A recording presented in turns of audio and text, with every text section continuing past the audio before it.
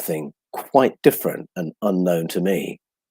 We're going to go to another harvest festival, he said, in a place called Pesquera, and you might want to ask some more probing questions. And so, sure enough, we went to this wonderful festival. Again, lovely party atmosphere, people genuinely happy and celebrating. And there were all kinds of foods and drinks, all derived from corn in some kind of way. And I had no idea you could make so much from corn, but indeed you can. Well, once again, there were figurines. We were celebrating the Queen of Heaven. But as I asked my questions in my halting Brasileiro, I realized there was another layer to this story. Who are we celebrating?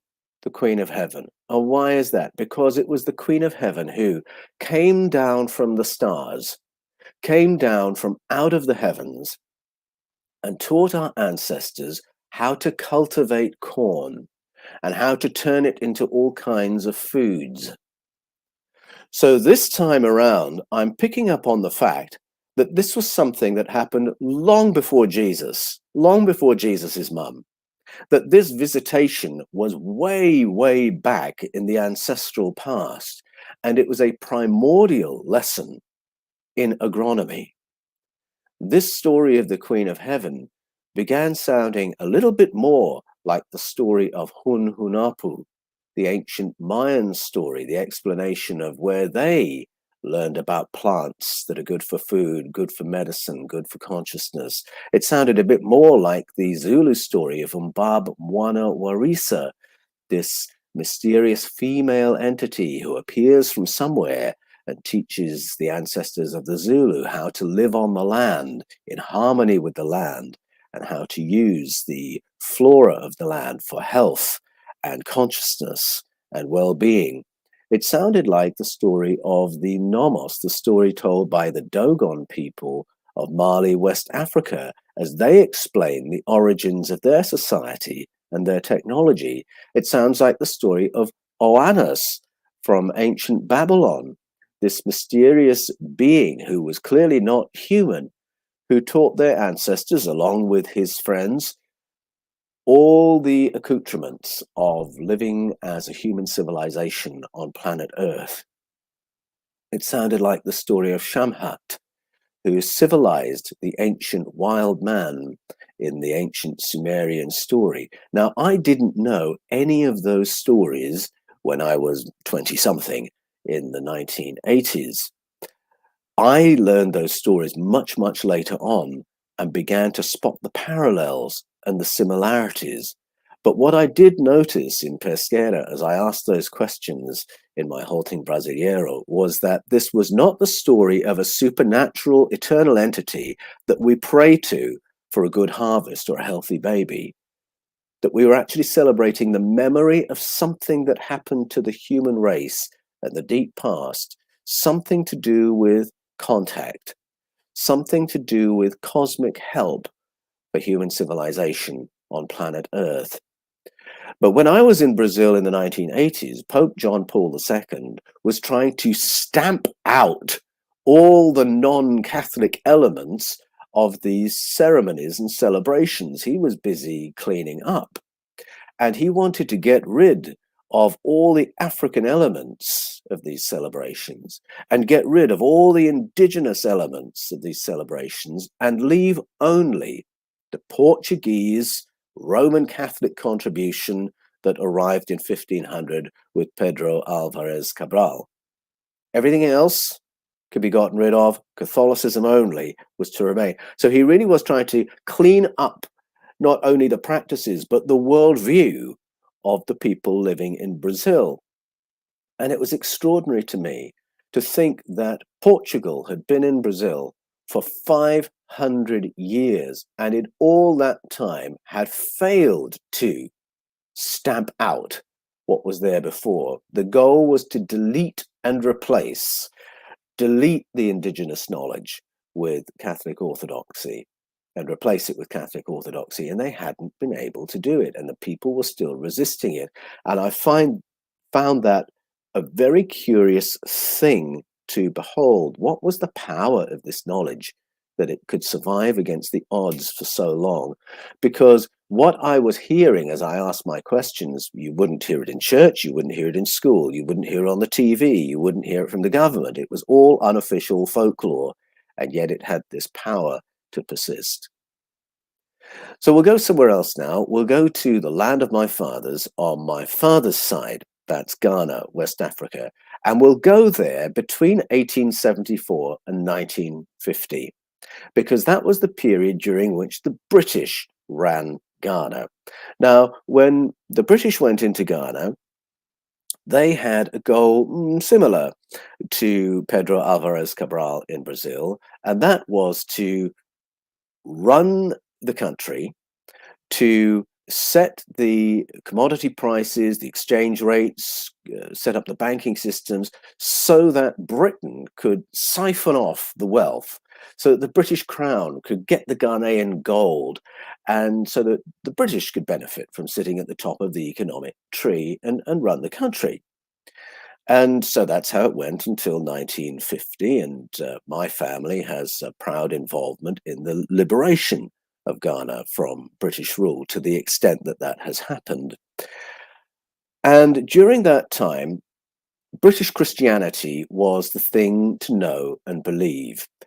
And the local indigenous knowledge, well, that had to be irrelevant. So the British didn't want alternative news, alternative truth, alternative history, didn't want any kind of story that would embolden independence movements or anything like that. They wanted full spectrum dominance. So the British provided the newspapers, the media, the school teachers, the police, the civil servants, so on and so forth. And the local knowledge had to be marginalized. Now, in colonization in other parts of the world, this has been done very, very brutally. So when the Roman Catholic Church discovered that there was a blip in the south of France in the medieval period, where they hadn't quite bedded down Catholic orthodoxy, they effected a genocide of around 1 million people. The population of Languedoc were all slaughtered by a succession of 19 popes to get rid of the alternative information, empowering information that those people had. In Central and South America, the Portuguese and the Spanish slaughtered the priesthoods. They executed them, got rid of anyone who could read the ancient texts, and burned the libraries. And it was a double measure. They wanted to burn everything that that culture had curated in written form, and in case any texts survived, well, no one would know how to read them because they'd have killed the priests. And so it was a very, very violent period. Well, Britain didn't do that in Ghana. Instead, it simply ran things like this, that if you wanted to get ahead as a young person in Ghana, then you would learn to speak British and dress British and act British. And to the extent you could do that, well, you would look like a good candidate for a good job and promotion, so on and so forth. And part of that cultural reprogramming meant you distanced yourself from your indigenous roots. And so if you had a mother or an aunt or a grandmother who hadn't quite bought into British Christianity, and who still practiced the old ways, and who still practiced healing, and who still had experiences of interdimensional contact, well, you would be taught to look down on that person as a primitive, uneducated, a witch doctor, an idol worshipper. This was a grandmother to be ashamed of. And to an extent, Ghanaian culture bought into that. And it was through that kind of prejudice that Ghanaians were distanced from generations and generations of ancestral wisdom, because they wanted to be successful in British Ghana. And so that's how things went until 1950. I share a little bit in my book, The Scars of Eden, as I began to peel back the layers of that story in the history of my own family and my wife's family. If we go briefly to Canada, the United States of America, and Australia, and if we go between 1880 and 1980, We will be in a period when the governments of those nations were doing their level best to get rid of Indigenous memory and even to get rid of the continuity of the Indigenous peoples as an ethnic force. So in Canada, over that period, 1880 to 1980, there was a stolen generation policy in which the state, in collaboration with the churches, would forcibly kidnap First Nation children and imprison them in what were called boarding schools, largely Catholic boarding schools, where they would be educated. What this really meant was that they were being taken from their First Nation families and stripped of their identity, abused, tortured, beaten, forbidden to speak their native language, forbidden to use their real names, and Christian orthodoxy would be programmed into them, and every memory of who they were and of their traditions and of the abilities that they were growing in their First Nation families, that would now be extinguished. I remember hearing the story of a man by the name of Ken Thomas.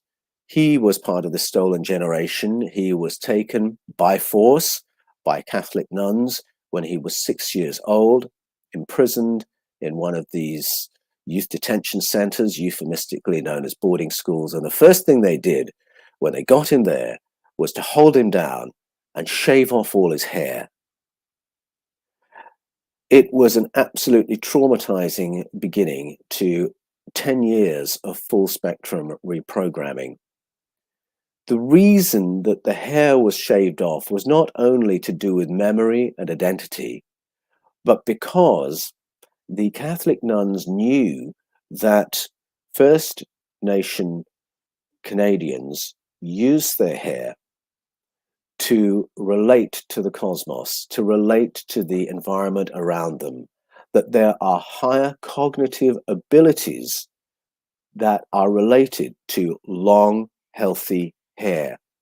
And they wanted to cut off any latent abilities that Ken Thomas had at the age of 6 when they kidnapped him. I was speaking to a friend of mine who is a Navajo guardian, and he explained a little more about the significance of the shaving of the hair, and I'll come back to that a little later. Loss of language, of course, is another aspect of that. No speaking of their native language, and so they would forget their language and the stories that were carried in the rhythm and rhyme of that language. My Welsh grandfather had the same experience in the early 20th century as the British government tried to stamp out Welsh language to get rid of Welsh memory and Welsh story. In the USA, in that same period, 1880 to 1980, Native American initiation was illegalized. Can you imagine? The ceremonies were illegalized because the government did not want the transmission of information or higher cognitive abilities to be transmitted from one generation to the next. And they reckoned if they could stop it for 100 years, that would be enough to stop it altogether, to disempower the Indigenous knowledge.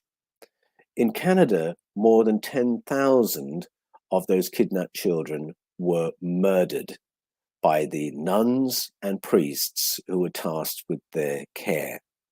And so now the Truth and Reconciliation Commission that is operating in Canada is exposing what was clearly intended as a cultural genocide. Well, no less was intended by the policies in the United States of America, and no less was intended by the stolen generation policy in Australia. Again, same period between 1880 and 1980, Aboriginal children taken by force, imprisoned in youth detention centers, euphemistically known as missions. Again, it's a collaboration between state and church to stamp out the old knowledge, the old ways, cognitive powers, memory, and replace it with Christian orthodoxy. Now, although that policy was stopped in about 1977 in Australia, there is a sense in which it is still in place, and it's done a little bit more subtly, simply by locating schools well away from the traditional homelands of Aboriginal Australians.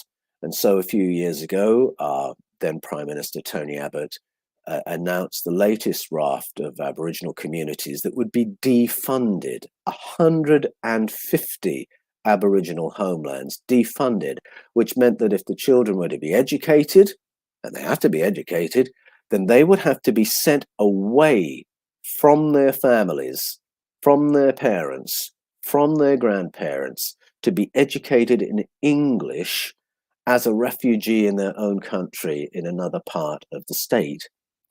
Well, of course, they're being educated in English. They are losing their Aboriginal language, and they are losing all the processes of initiation that would be happening if they were at home. So why is this happening? Why is Indigenous identity, knowledge, language, story being stamped out? As soon as you realize how concerted this is around the world, whether you're looking at Central America, South America, North America, United States of America, Canada, Australia, Ghana, it's the same story. Why is it happening? Why is it so important to stamp this information and this identity out? As soon as you see how concerted it is, that should be the signal to go and sit at the feet of the elders of these traditions, because by some miracle, those traditions have survived and their stories have survived. And there are guardians who can initiate new generations into the knowledge and the ways, the cognitive powers and the ceremonies of their ancestors. And in Echoes of Eden, which is my new book, that's exactly what I've done. I sit at the feet of those elders and curators and guardians, and I listen for what is in the information for us. What is the relevance today? What is the power that the powers are so frightened of? And I find those traditions to be full of information that is empowering for the present day. Let's join some more dots. Let's go to Jerusalem in the 7th century BCE. At that time, clearly, there were festivals rather similar to the ones I experienced in Brazil, because we have discovered hundreds of handheld female figures, just like those corn figures I saw in Brazil, only these are made of terracotta. They're female figures, they're bare-breasted, and they've been decapitated, and they were thrown in a pit. Why was that? Because in the 7th century BCE, the cult of the Queen of Heaven, oh my goodness, there's that name again, was being stamped out by reforming Judean kings. And we find the inscriptions on these figurines, the figurines of Asherah, Anat, Kudzu, Hathor, Astarte, who was to become Aphrodite in the Roman tradition. Once again, female entities being commemorated who are at the root of our story as human beings with a knowledge of agronomy. This is where our knowledge of how to live on the planet came from. Which plants are good for food, which are good for medicines, which are good to avoid, which are good for higher consciousness, all credited to this female figure. And take a look at that. 7th century BCE, they were trying to stamp that out. 1980 in Brazil, still trying to stamp it out. So what are they trying to stamp out? The story that's being stamped out is the story of first contact. The story that says that Homo sapiens was nurtured by another intelligence, that human beings were assisted by another species from off-planet who came and helped our ancestors to establish themselves on the planet, to live in a non-animal way, a non-subsistence way, a way where we could farm and build towns and cities at a great civilization. All these ceremonies commemorate the primordial lesson in agronomy and medicine whether you're going to Babylonia, Sumeria, the Zulu people, the Mayan people, the Dogon of West Africa, Cherokee, Iroquois, Aboriginal Australia, the stories are all there of our first contact and the fact that we are part of a cosmic family. And much of that information is often carried by the wise women of the people group. Not always, but a lot of that knowledge around plants has resided there. This is information about a populated universe. So if we had lived in a world where Indigenous information was celebrated instead of suppressed, there would never have been a period where we didn't know what a close encounter was, or what a UFO was, or whether we're alone in the universe. We would know we're part of a populated universe, and we have family, and we have friends, and that we are related to those who have visited us in the deep past. We would know more about who we are as human beings. We would know more about our higher cognitive powers. And there's the connection. Why is it that the shamans and the wise women of societies through the ages are the ones with the higher cognitive powers, the ones who can do remote viewing and future viewing and self-healing? These things are all tied in together with the information that they curate. And the information is not just about the past, it's about implications for now, not just about our origins, but about what is possible for us today. Possible because of our higher cognitive abilities, possible because we can switch them back on, and possible because we are not alone. We have company, we have help, that it is possible to engage. And so I'm going to talk a little bit about engaging that help. If you were to go for healing to the wise women of Southern Africa, to the Nangas and Sangomas of Southern Africa, or if you were to go to the shaman of South America or Central America, or if you go to one of those idol worshippers in Ghana, or to Native American guardians in North America, or to the witchy woman in the hill country of the United States of America, or if you were to be brave and go and knock on the door of the cottage with the long-haired woman who lives in it on the edge of the forest and the fields in Great Britain, you would notice that there's something rather similar about their approach to helping you and getting you healed of whatever it is that you want healing from. Each of those figures, let's just call them a traditional healer, when you enter their room, would perceive you as entering with a cloud of company, a cloud of witnesses, as the New Testament calls it in Hebrews chapter 12. They would perceive you as being accompanied by spirits, to use the language of the New Testament in 1 John 4. And to get you healed, they would want to tune in to a conversation that's going on between your spirits and her spirits. And so the traditional healer knows there's this conversation going on, and then will do things to alter her own state of consciousness so that she can tune into this conversation. Because the crowd of spirits around you is there to support you, is there to support your healing and your progress, there to give you guidance. And all the traditional healer has to do is tune in to what they are saying so that he or she will know what to do to help you. And that's their modality. Healing is a contact modality in those traditions.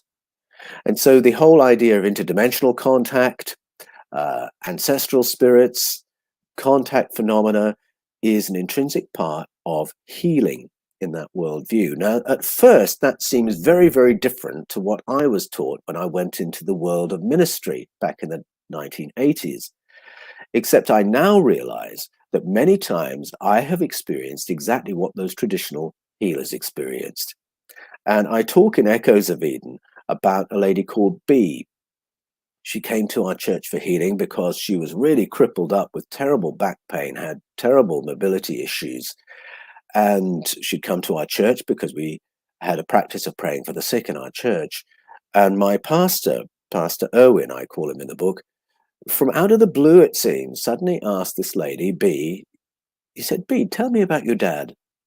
And it became very clear very quickly that Bee absolutely hated her dad. And as she talked about her dad, her posture became even more scrunched up than it was before. And it was a story of trauma, trapped in her body, trapped emotion, to use that phrase. And Pastor Irwin said, Bee, do you think you're ready to let go of all the resentment that you rightly feel about your dad? Because though her dad hadn't abused her as such, he had such issues that it was easy to see how she'd come out of that family so hurt and wounded by what had happened. Are you willing to let go of all the resentment that you rightly hold towards your dad? Because that resentment isn't helping you, it's hurting you. Do you think you could let it go? Could you say, Father, forgive him, he knows not what he does? And she said, yes, I can, and yes, I am ready. And so she did that in her own words. And as soon as she did, I could hear her breathing change. Her breathing slowed, went deeper. I could see her relaxing. After a few moments, she bent down to pick up her walking stick to go. And I said, Bee, we haven't prayed for your back yet. And suddenly she said, oh my goodness, I'm completely healed. And she was. She got up and she walked carrying her crutches as she left the church and walked down the road. So I asked my boss, Pastor Irwin, what made you think to ask that question? Tell us about your dad. And he said, well, I don't know really. But when she walked in the room, I thought, oh, this poor lady, she seems so out of balance. How can we help her? And I just threw the question out there. And the thought came to my mind, ask her about her dad. The thought came to my mind, is what he said. Now, as a young Christian, I only had one way to interpret that. That was a word of knowledge. That was the Spirit of God dispensing a piece of information to a Christian worker so that the Christian worker can help the person who's come for ministry. If I told that story to a Sangoma or a Nanga, they would say, the ancestors helped you.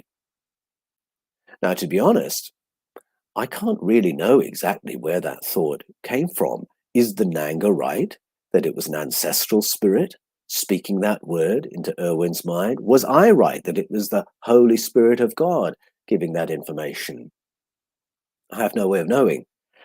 And I don't put those two possibilities out there as dichotomies, because Irwin asked God, but the help can come from anywhere. If God is the source of the cosmos and everything in it, that in which we all live and move and have our being, that's the Apostle Paul's definition of God, then we can put our question to the universe, to God, and the help can come from anywhere.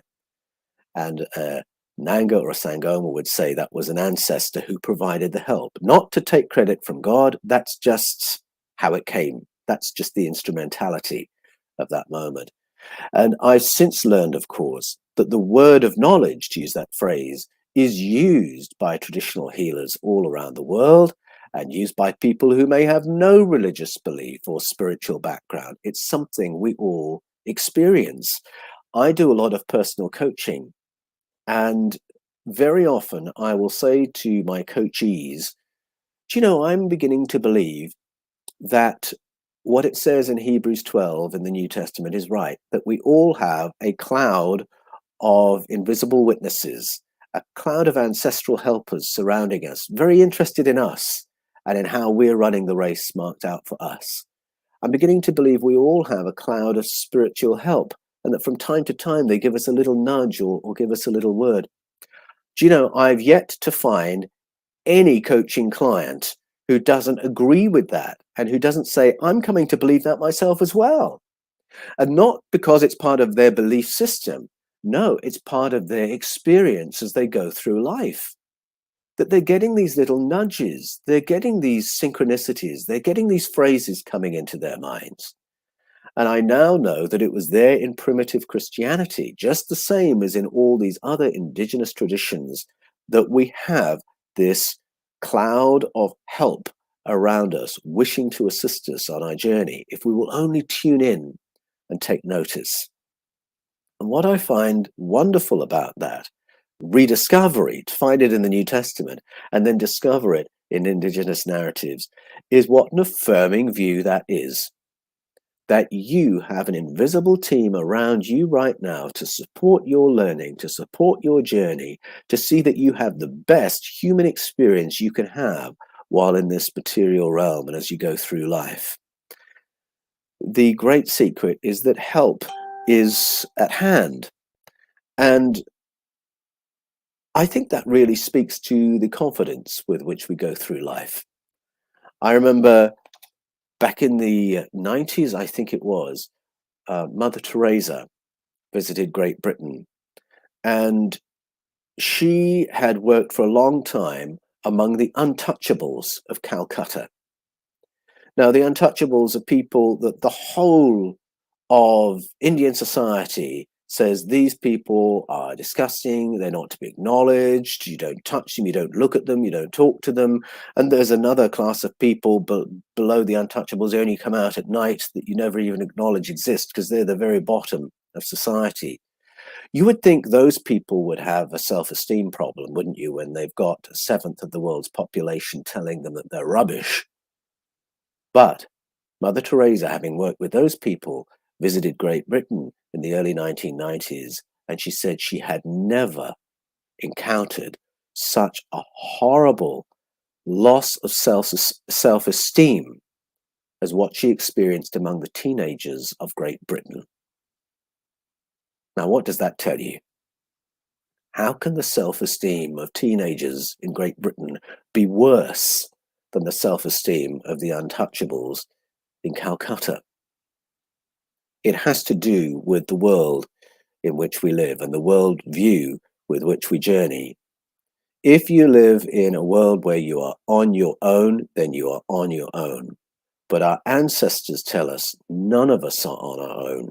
Whatever the visible world is doing to you, you have an invisible team of supporters. You have great-grandparents, great-great-great-great-grandparents. You have spirits from other dimensions who are very interested in you and helping you through whatever is happening in your life. It's an incredibly empowering worldview, and it's the one our ancestors have journeyed with for thousands of years.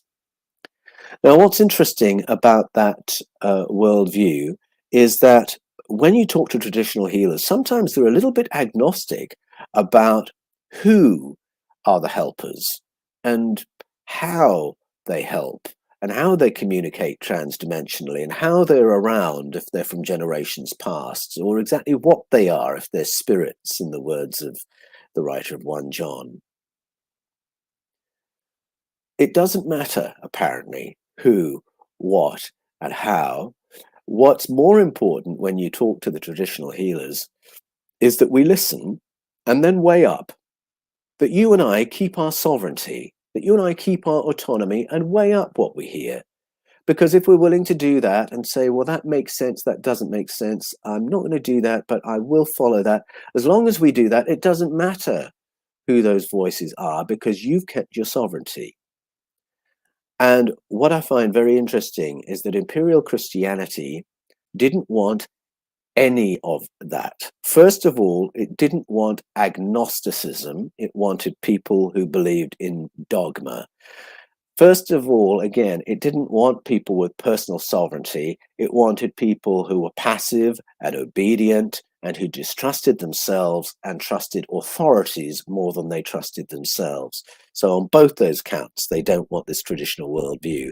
And they certainly didn't want other sources of truth and information and healing. They wanted a monopoly of truth, as does any imperial power. The idea that there would be other entities running around giving you alternative information or alternative sources of power or healing, no empire wants that. What it wants is people who are dependent on the state powers. They don't want grassroots empowerment. And this Indigenous story is about grassroots empowerment by our ancestors, by the spirits. When I was in Brazil in the 1980s, there were two big forces at play. I was there studying Christian spirituality and what was happening in terms of church life and church planting. There were the top-down powers, John Paul II and the diocese, who were trying to shut down Indigenous knowledge. And then there were grassroots catalysts. They were also Roman Catholics, but they were monastic workers who were empowering local populations. And it was from that second group that I found Augusto, who gave me my education as to what was really going on. But whether you're looking at Brazil in the 1980s or the Roman Empire as it hijacked Christianity, or whether you're looking at ancient Judaism in the 7th century BCE, or Ghana, Canada, USA, Australia, the picture is the same. What the powers want is God and the king at the top, or God and the president at the top. And then in the middle, you have the priests, the public servants, the education system, the media. And then at the bottom, you've got the people who believe what they're told and do what they're told. That's the pyramid of powers that empire always likes to run with. They want people who are always looking for permission to do things, who are dependent on the state for the truth and information and health. The Indigenous stories present a different world, one in which we are surrounded by company and help and information and health and confidence. The Indigenous stories say we have help with agronomy, that you can have transdimensional help, teaching you what plants are good for food and medicine and higher consciousness, that people can have help with civil engineering, can know things about sacred architecture that elevate our cognitive powers, that aid us in interdimensional contact with our neighbors. Indigenous story tells us there's help with information, that it's not just the state education system providing us information, that in fact we can heighten our cognitive abilities through contact. Many experiences of close encounters experienced heightened cognitive abilities in the aftermath. And when I read Plato, I read someone who acknowledges a whole chunk of his information has come from interdimensional contact and altered states of consciousness.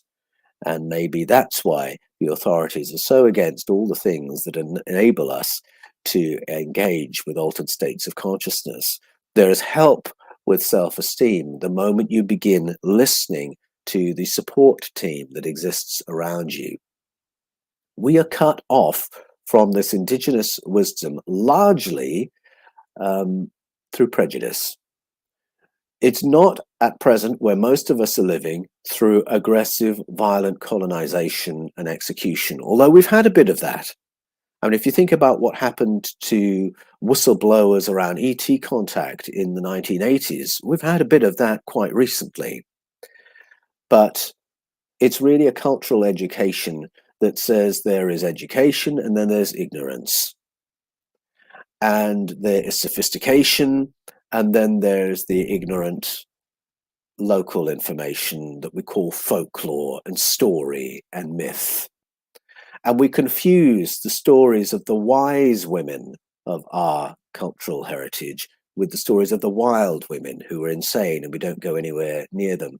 I mean, if I talk about growing up in Britain, I just knew instinctively that it was not a good idea to go anywhere near that woman who never cuts her hair and who lives in that very humble cottage on the edge of the forest and the fields, and who knows how to do things with the local flora, and who curates the local histories and mythologies. You just knew to stay away from her, and maybe she's insane as well.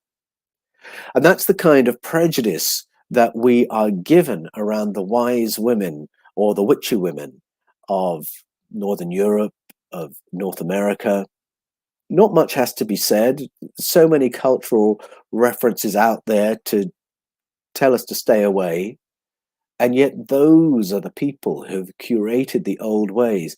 You know, we can get quite romantic when I say, oh, go to the curators of Native American tradition, or sit at the feet of a Navajo guardian, or find the elders of an Aboriginal Australian tribe. Oh, yes, I'd love to do that. I'll make that part of my holiday. But in fact, all cultures have this, and the English have it as well.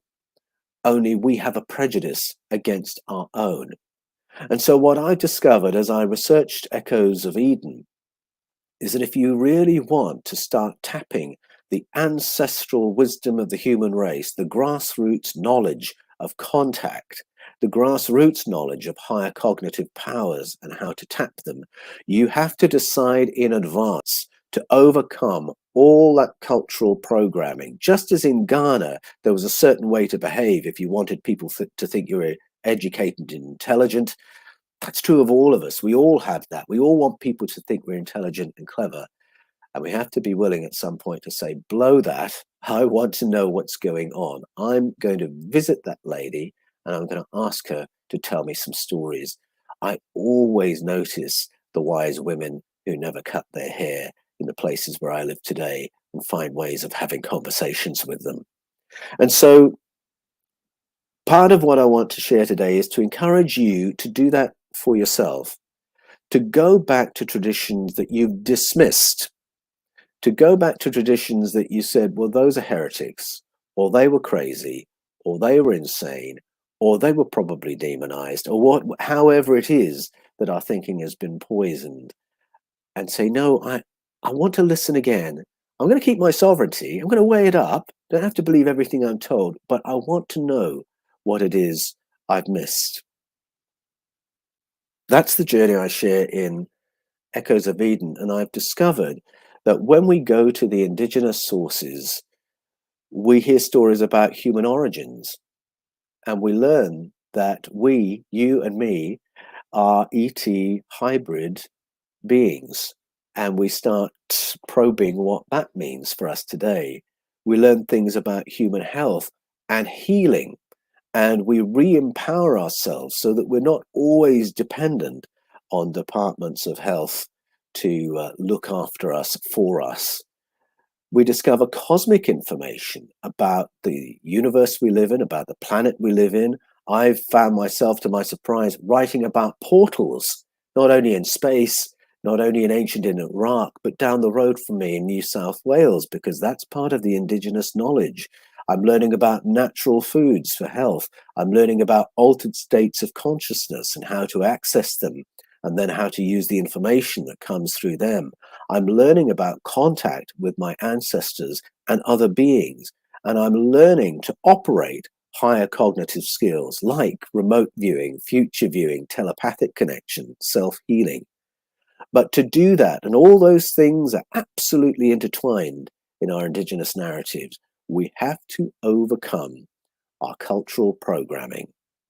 We have to no longer fear superstition, folklore, all these words, witchcraft, idolatry.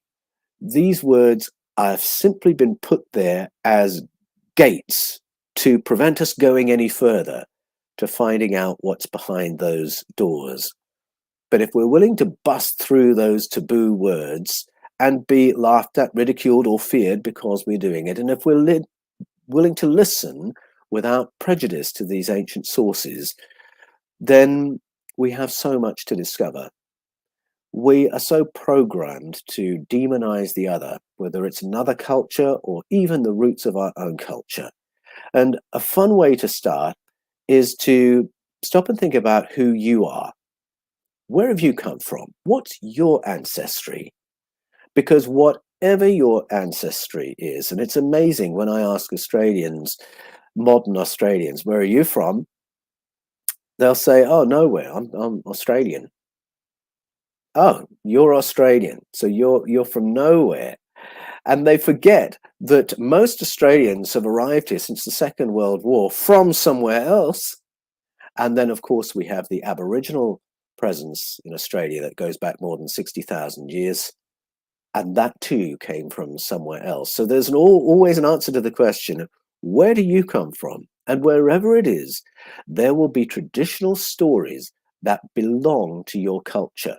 And so right now, I'm beginning to think about harvest festivals we did at school when I was a little boy, where we held little corn dollies. What were they, and who were they commemorating? Because you can bet your bottom dollar it's not what the Church of England told me it meant back in the 1960s when I was at school. And so it's that rediscovery that my book Echoes of Eden is all about. You can pre-order the Kindle edition right now, and the paperback is available on the 1st of May. I would love you to share this part of the journey with me, and I will look forward to getting into conversation with you about these amazing truths from our heritage that can inform how we live on the planet today. So I'll pause there and get into a conversation with my esteemed colleagues.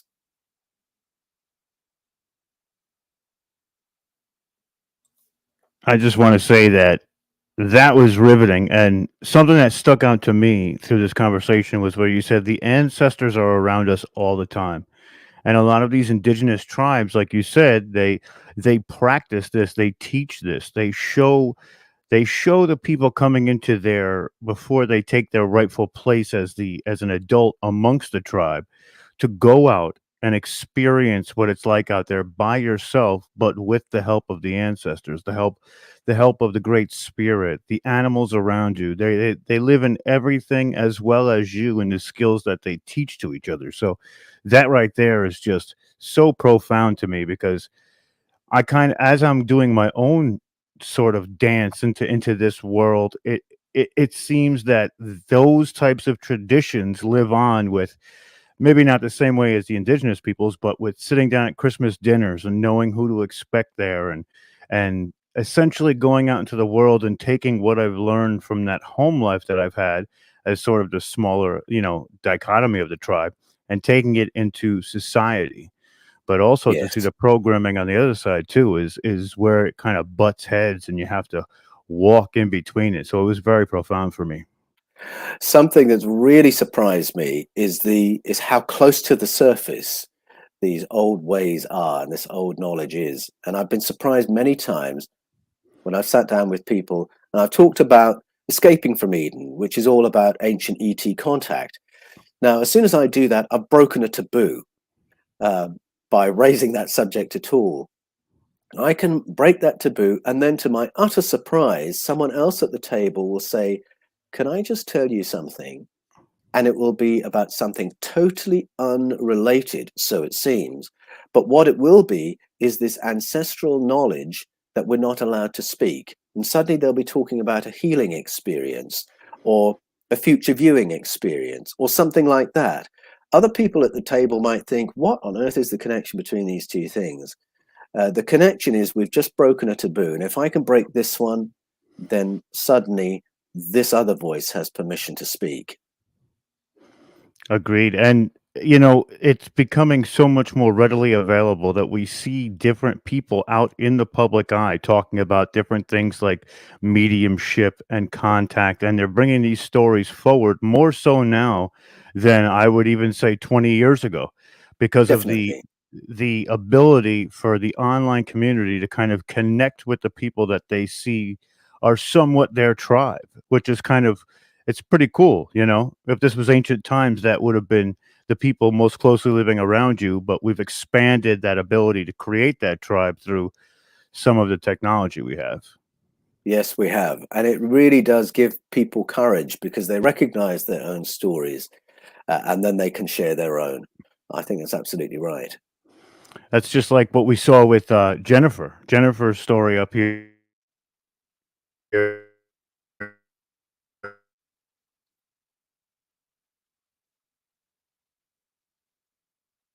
Oh, now, I don't think I've frozen, but I think Rob has frozen.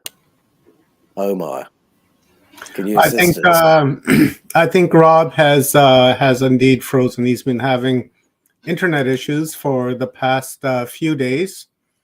I really resonated with what you're saying, and especially up here in Canada. Our Prime Minister here, Prime Minister Brando, he on the first anniversary of the reconciliation, at first ever, he went to Tofino to go and surf. When the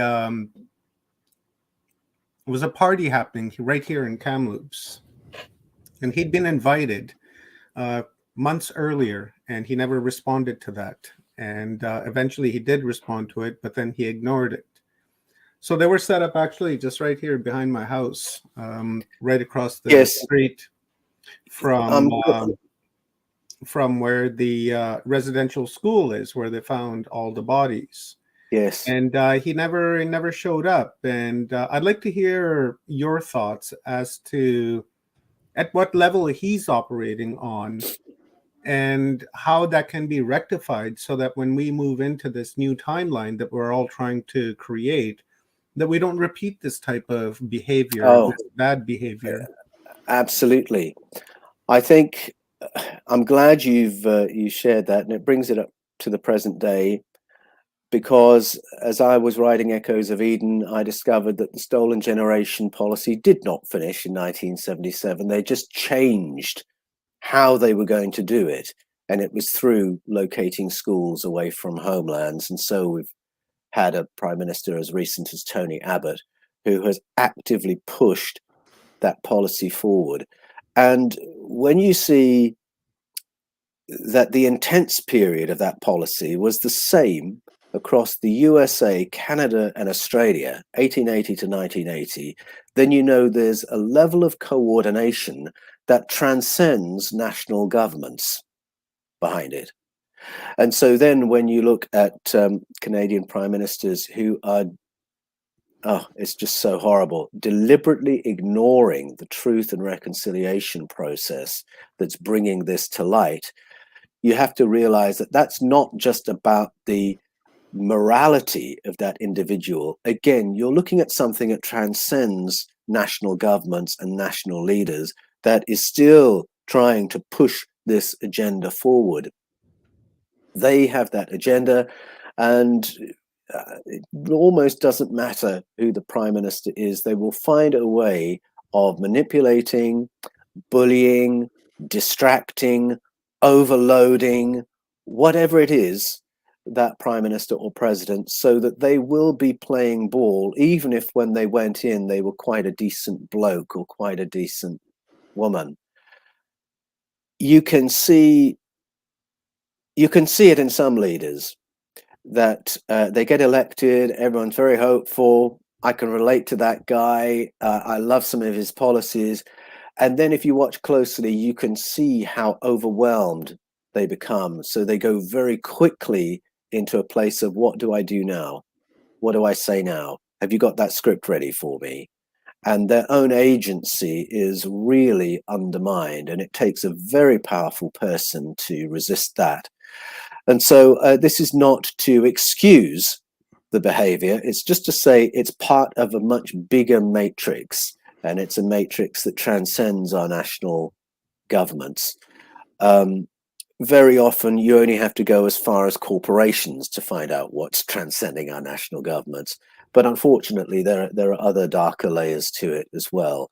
And I think the demonization of Indigenous people is a perennial struggle, because Indigenous power, grassroots power, is always a threat to whoever wants to govern. So this will always be a dynamic. And I think it relates to misogyny as well, that what I've talked about just now is a big reason why there's always been an engine to misogyny through the ages, because we must not listen to the wise women. We must marginalize women's wisdom where it differs from the status quo, so on and so forth. So I think the forces are very big behind it. And for that reason, we shouldn't be surprised to see even leaders we felt hopeful about falling into that script of, we can't afford to put teachers everywhere, I can't go to every ceremony, etc., etc. I think that's where that comes from. One of the things you said too is this rise of the feminine into this equal status, which is it's paramount that we needed that, because within all of us resides that masculine and that feminine, and what they want you to do is kind of either, I don't want to say, push down one side of yourself with the programming. There's so many different avenues in which they want to hamper your potential. But with this rise of the feminine, I think that it's truly amazing. And one of the things we definitely tried to do throughout this event was to highlight that sacred feminine, because it is that important. It is. And it was interesting for me joining the dots between the Brazilian experience that I had and the experience of Asherah in Jerusalem in the 7th century BCE, because up until that point, The divine feminine was very strong in Judaism. Right up until that point, you could go to numerous temples, Jewish temples, and you would find shrines to these female entities, and you would pray to female entities. Come the harvest festival, it's a female entity that you're holding in your right hand. And all that had to be stamped out as Judaism became monotheistic, and of course, monotheistic with a male god. And suddenly you've amputated half your culture, half your identity. And what have you gained for that? Well, all you've gained from it is that you've legitimized the priesthood and the monarchy. The people, forget them. And so I think that when you forget the female and when you cut the heads off and throw them in a pit, or you have witch trials, as happened in North America and in medieval Europe, you are not just aggressing against women, you are aggressing against human society and trying to turn human society into a society of automatons who are just there to follow the male leadership. And of course, the presence of Asherah, the female divine, is empowering to men and women, because it's a totally different vision of life when you recognize what our source is, our source as a species, our source as a farming culture. I mean, you go to the story of Abasi and Atai, out of Nigeria, and they say very clearly it's the women who taught us how to farm. And if you go to many indigenous cultures today, before the boys are taken away for initiation, it's the women who've taught the boys how to live on the land. And so that pattern remains. So, it's about surviving and thriving. You can't really do either once you have excised the female identity and the female memory from your culture and any veneration of female qualities. Agreed. One of the things that I've been studying recently is the Norse, and how the Norse had specific sects of their mythology where they were women warriors, women priestess, male priestess. It was a very equal society amongst a lot of it. Some of it was not. Some of it was some bad stuff too. But Sure. and I feel that they've been trying to stamp out this divine feminine for a long time. We see portions of it in Egypt, where they brought in the sun god Ra, and everybody else was second best to that one sort of deity. And it's wild, because if you follow some of these sacred feminine characters like Ayana from the Sumerians, you can see her portrayal all the way up through King Arthur and Morgan Le Fay, and Yes. it's so wild how they've they weren't put in the forefront, but they were still there in all their glory. If you look well enough, you can find it, and it's pretty wild to see. Yes, it is wild to see. And it's interesting, isn't it, how many of the cultures that I named, when they talk about the tutelage that took us from an animal level on planet Earth to the level of a civilization, who will say it was a female entity who taught us this. I mean, Always. is there anything more important than that great leap forward, that great lesson? I think that it's so true too, because if you look back, and I've done a lot of Native American culture studies here as well, and they talk about the three sisters, the sun and the moon. They're all females, and those are Oh, the most yes. those are the most prominent. Well, for bearing life and giving life, and the divine feminine, as we see it portrayed, can be this fierce warrior or this nurturer, where men are usually just the hunters and I guess the societal keepers in the sense of protection. So it's Yes. really wild how you see that happening between all these different cultures, and a lot of them felt the same. But you're right, as it got to a certain point, there was an organized effort to get rid of that divine feminine, and now that we're coming into this new time. This is almost uncharted waters that we haven't seen for a very long time because society has changed so much, and we're bringing in that feminine now again. So, you know, That's exactly right.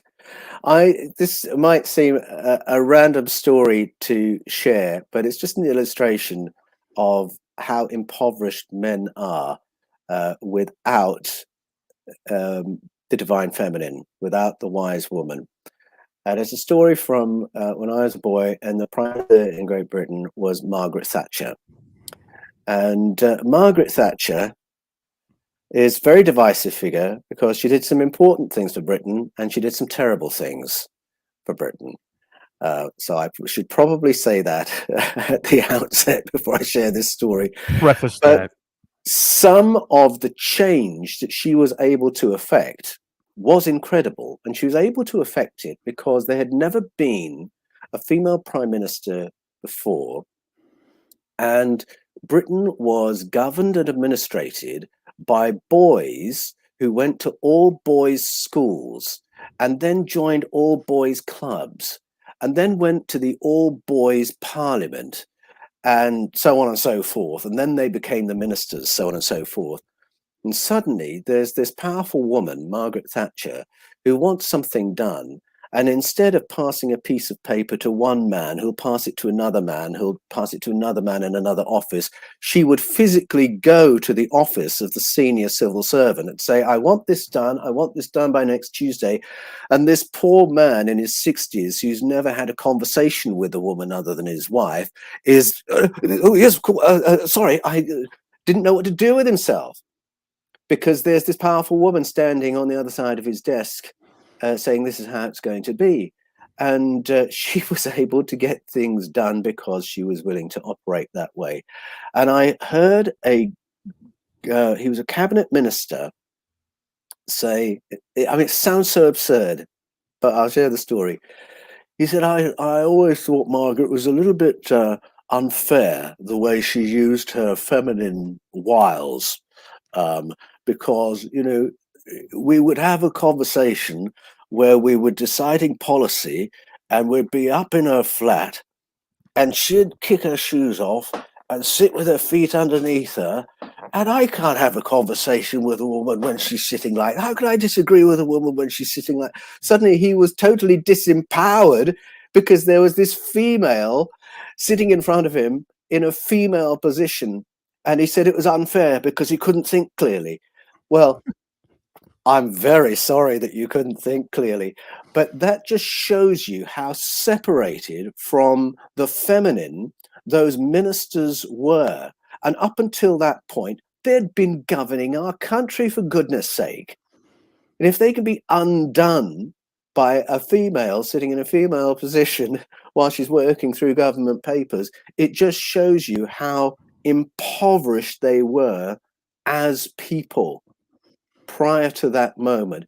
What on earth were they bringing to their conversations and to their thinking and to their sensitivity if none of that humanity was engaged? And you can see how shut down it must have been.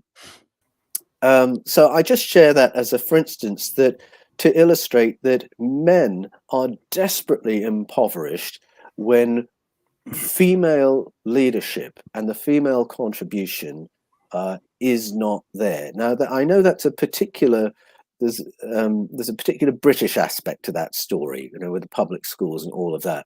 But I think there's a little bit of that all around the world, and I think that we cannot think clearly and make good decisions and perceive things clearly if we're not thinking male and female. And men need to think male and female as well. And so I think that it's not just a totemic recovery of female cultural references when we rediscover Asherah in Judaism, or when we rediscover the Queen of Heaven in Brazilian story. It's about recovering who we are as a species and learning to think corporately as a society of every gender. Totally agree with that. And it's all inside. It's in you right now. The information is the activation, as Phil Gruber would say. I've been saying that since we talked to him yesterday. I love what that means, but it's all in you right now, and all you have to do is acknowledge that point, and then there it is, and then your life will change. You'll see things in a different way. I don't want to take up too much time. I want Stone to have an opportunity to ask a question or two as well, and we also have one from the audience too. Just one sec before I lose my train of thought, and while we're here on this subject, you just mentioned the level of thinking that this man has because he's uncomfortable because there's a woman sitting in front of him doing some work. Do you think that would be, like perverted thinking, corrupted thinking? And if so, at what point did that get inserted into the masculine psyche in order for men to think like that? Every time they see a woman, seeing her more as an object rather than a divine vessel that is a stargate to this world. Oh gosh, that's a really good question. I mean, certainly it's been there as long as Britain has had public schools, which is a very long time. So you're going back to the 1600s.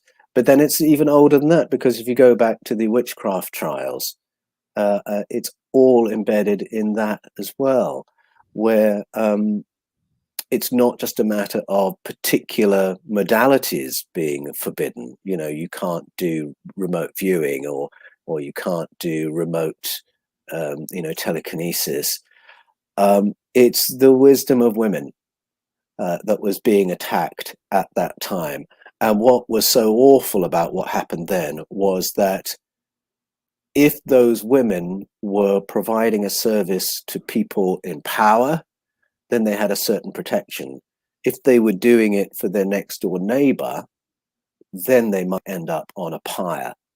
And so you've got a total dishonesty there, where the wisdom of women is trying to be hijacked by the powers so they can use it, and then gotten rid of for everyone else because they know it's powerful. So, I mean, it's certainly there in the medieval period, but I'm sure it's even more ancient than that. I mean, King Josiah was the one who's trying to get rid of Asherah in the 7th century BCE. So, I mean, goodness me, that's nearly 3,000 years ago, and the dynamic is still at play. Stone, you want to go ahead? Oh, yes. Oh, you brought up a lot of different topics there that rang my little bell. So the first one, I mean, I look through history. I've got connections to, Salem witch trials and all of this. And it was about medicine knowledge. It was about wellness knowledge. They were always out there harvesting berries and plants and leaves and making brew and cooking food, kitchen alchemy, so there was that level. And as you were saying, if you weren't always protected when you went into these hierarchical families, if you didn't do as you were told, it would be the same as if you were, caught down in the village doing something. So throughout Disney, I see the Wicked Witch that took the apple to Snow White. There's so much symbology and programming within that. And now we have the apple, and we have the apple of knowledge. And it's so, you bite from that apple and you're going to be poisoned. You go into a sleep, you're going into a sleep because of that download of knowledge that you just now suddenly tapped into. There's all these different elements to tribal. I mean, where I am at in New Zealand, Aotearoa, we're not allowed to be recognised or practice tohanga, which is our Māori seeing, our native healing abilities, to go out there and collect and forage and heal. A lot of us are getting back into it because this is our way. The plants talk to us. They're telling us, you need to start making, we're in abundance right now. You may not have the ailment right now, but we're in abundance. So you need to work with us, preserve it, put it away, because they're going to come knocking. And 9 out of 10 times they do. So we make the medicines for the ills. It's like the telling bone. But there's so many different areas. Like you're talking about the government. I try not to get into politics because I come from a political family. My grandfather was in politics, and so what I found with it is Hegelian dialectic, very real, very alive. Mass Stockholm syndrome, the whole works is out there. Good cop, bad cop. Both of these parties in all of these countries know exactly what they are doing. They know it, and it's like, who's going to come up with the better scenario for the, bringing on more agendas? And so this is how I see them playing that game. So, thank you for coming along. It's lovely to chat with you, Paul. So, cheers for that. Oh, likewise. Thank you. Awesome. We have one question from the audience, and then we have to wrap up. But it says, at what point did it become a man's world? Because it did change, and I think we kind of going over that a little bit. But just to reiterate, Oh, I think there wouldn't be a single moment, as we were just saying. There was a moment in the 7th century BCE, for instance, but then there was another moment when Christianity got hijacked by the empire, and that was a masculinization of the world as well. I think every time you're looking at a moment of colonization, you're seeing another moment of masculinization. Ghana, would be an example of that. Where that originates from, I'm a little bit agnostic about, simply because I think the roots of it are beyond humanity. I do believe that there has been a non-human layer to the story of human governance for a very long time. It's what I write about in The Scars of Eden and Escaping from Eden. And I think that some of the gender dynamics come from that layer, from beyond humanity, that there may be entities who want to have a heavy hand in the running of Project Earth and who have an energy that is more compatible with human male energy and less with female energy. They don't like it. They don't know what to do with it. Maybe they're like that government minister who didn't know what to do in front of Margaret Thatcher. And for that reason, they're wanting to masculinize the energy by which human beings are governed. So I have to be a bit agnostic about it, because I think the roots of it are there, but we can see it playing out every time there is a transition of power, or a conquest, or a colonization, or a cultural coup of some kind. It just reasserts over and over again. And I think that one of the exciting things about this period is just how equipped grassroots communication can be, because I think our best medicine against it is to inform ourselves at a grassroots level and encourage one another at a grassroots level, get the knowledge at a grassroots level, and therefore keep the feminine component of human knowledge alive and active and engaged. I completely agree, Paul, and I think that it's also a little bit easier to get men to follow the orders than the women. They're a little bit more on top of the faculty sometimes when it comes to that stuff. So, that Yes. they see through deceit a little bit easier too. But Oh, it's yes. always an honor and a privilege to have you here, Paul. And I love talking to you, and I can't wait for you to come back on the Full Spectrum Universe so we can do another round for the Echoes of Eden, which is All right. available on Kindle now. You can pre-order on Kindle. It'll be available in paperback on May 1st. We have the paulanthonywallace.com up in the chat. Go and place your orders now. If you don't, you're truly missing out on something absolutely amazing. Absolutely amazing.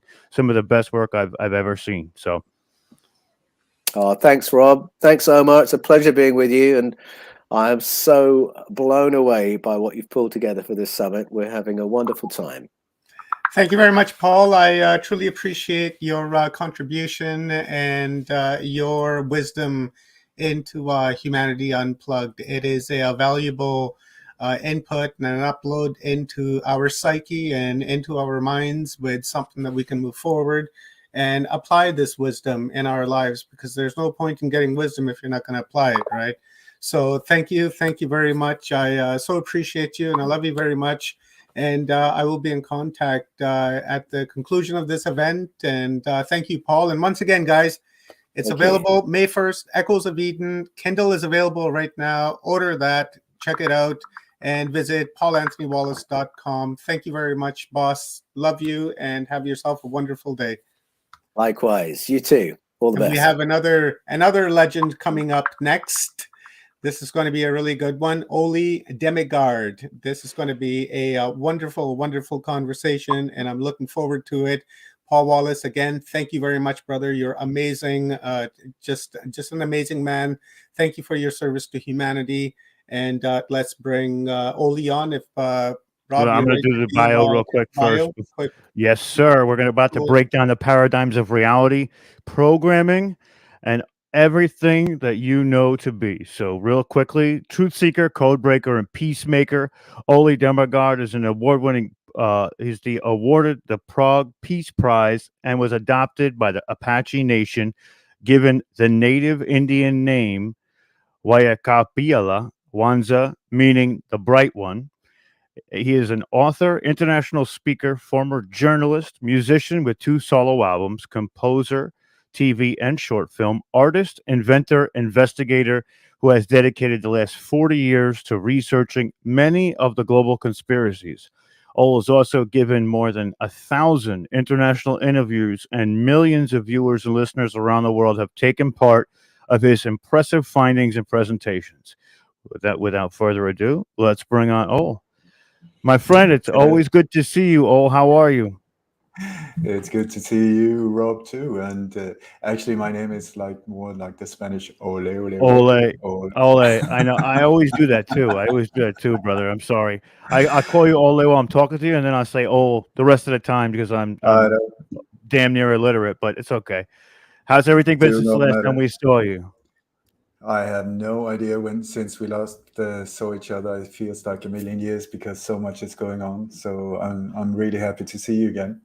Oh, I'm very happy to see you too. I love talking to you. You've given me a lot of inspiration to do my own investigations and really tear down a lot of conspiracies that we see in today's world.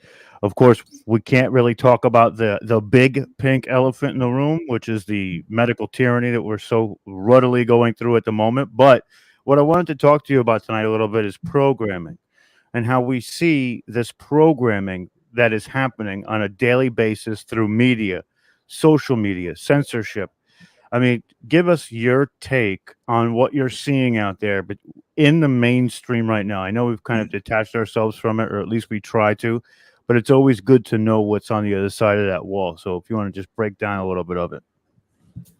I think it's wonderful. I think it's absolutely wonderful to see what's going on because it's becoming so obvious, even for people who were totally denying what was actually happening.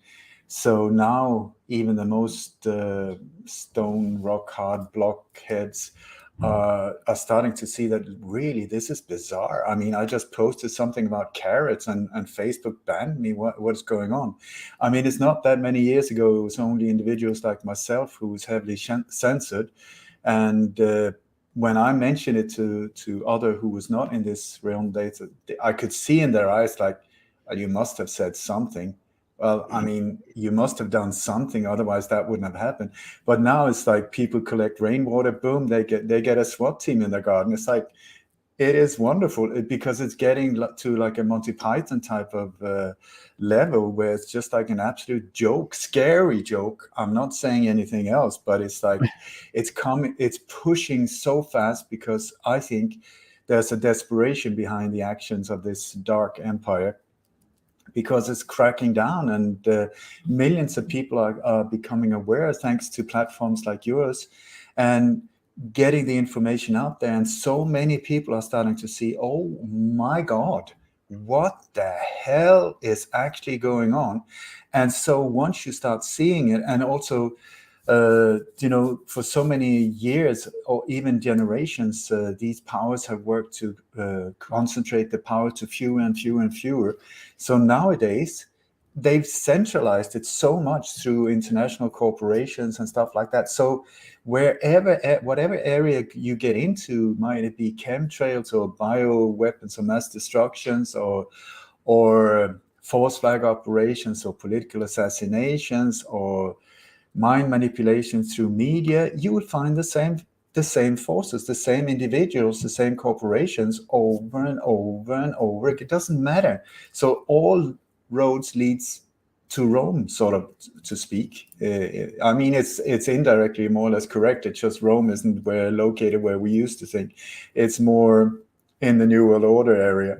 So it's like and this is also why you see the impact from all different areas is like all nations are walking the same direction. Or I don't want to say all, but most social media platforms are also censoring in a very similar way. I mean, now I've been shut down everywhere, except not except. The latest one that got shut down was our Patreon channel, which was a bad one because that hit us not in a nice way, because it's like my rent, everything was taken care of by our platform there. And Patreon is said to have been this platform that takes care of artists and free speakers, free thinkers, and so on. And suddenly, yeah, that's what I thought too. And then suddenly we were shut down, and they said, interesting, I'm going to quote them. We're very sorry to see you leave, but unfortunately, if you do not get rid of this information, you are breaking community guidelines, and we are forced to shut you down. So they were kind enough to send some links of why they shut me down. And that was my testimonial in front of the Corona Investigative Committee, which is an international lawyers cooperating force that is charging the big bad boys here in this whole pandemic. This is a massive operation with, I think there's more than 100 international lawyers in it. I did almost a 4-hour testimonial in 2 parts for this legal entity. This is not like some conspiracy tinfoil hat gathering. That is it. And the second one they pointed out was an interview with Dr. Rainer Fulmich, who's the head of this whole Corona Investigative Committee. So I thought that is super interesting. And the only little problem was that this had nothing to do with Patreon, because they were not complaining about what was on my Patreon channel. They were saying on my website. So I should shut down everything on my website that had to do with what I'm not allowed to mention here, but it starts with a C and ends with an A. And it sounds very similar to some kind of beer that is nice when it's warm outside. So it's like they're censoring my website, not the Patreon channel. So what is that? I would very strongly suggest, I've seen this happen over and over again. You got these platforms. I remember I was sitting with this guy, a friend of mine. He was a journalist since 40 years. He was working for many of the heavyweight channels, like I think CNN, BBC, in the beginning when they were still broadcasting some kind of news. And he was also part of starting Al Jazeera, which in the beginning was amazing. And he said after 40 years, he was so excited with Al Jazeera. They were really pumping it out there, and they were feeling, we're making a difference. And then he said one day there were these people, more or less men in black, that came, knocked on the door. Nobody really noticed them. They went in with the chief editor in his office. There was a glass window. There was this conversation going on. And when they left, the whole direction of Al Jazeera just did 180 turn towards something totally different. And he was like, what happened? Nobody said anything. It was just like, dun, dun. And that's how it's done. So this is also where I think that Patreon, these other platforms, I mean, bless their heart. I'm sure they before they got bought up by the big ones, they meant to do the right thing. They had good intentions and so on. And then they came up with that and started feeling the bad breath of this beast that was just saying, listen, you have a choice. You do your own thing, we destroy you. You follow the rules, we will let you stay. It's like management by fear. It's what the mafia has done in all the times. So it's just an upgrade to a different area. So it's like, and this, when you look behind the scenes, what we're experiencing on a global scale is Agenda 21. All of these nations are standing in line, all of them saluting the exact same flag.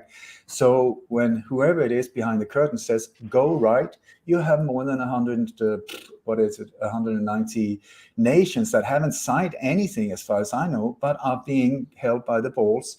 And then everybody says, yes, sir, no, sir, and then they go right.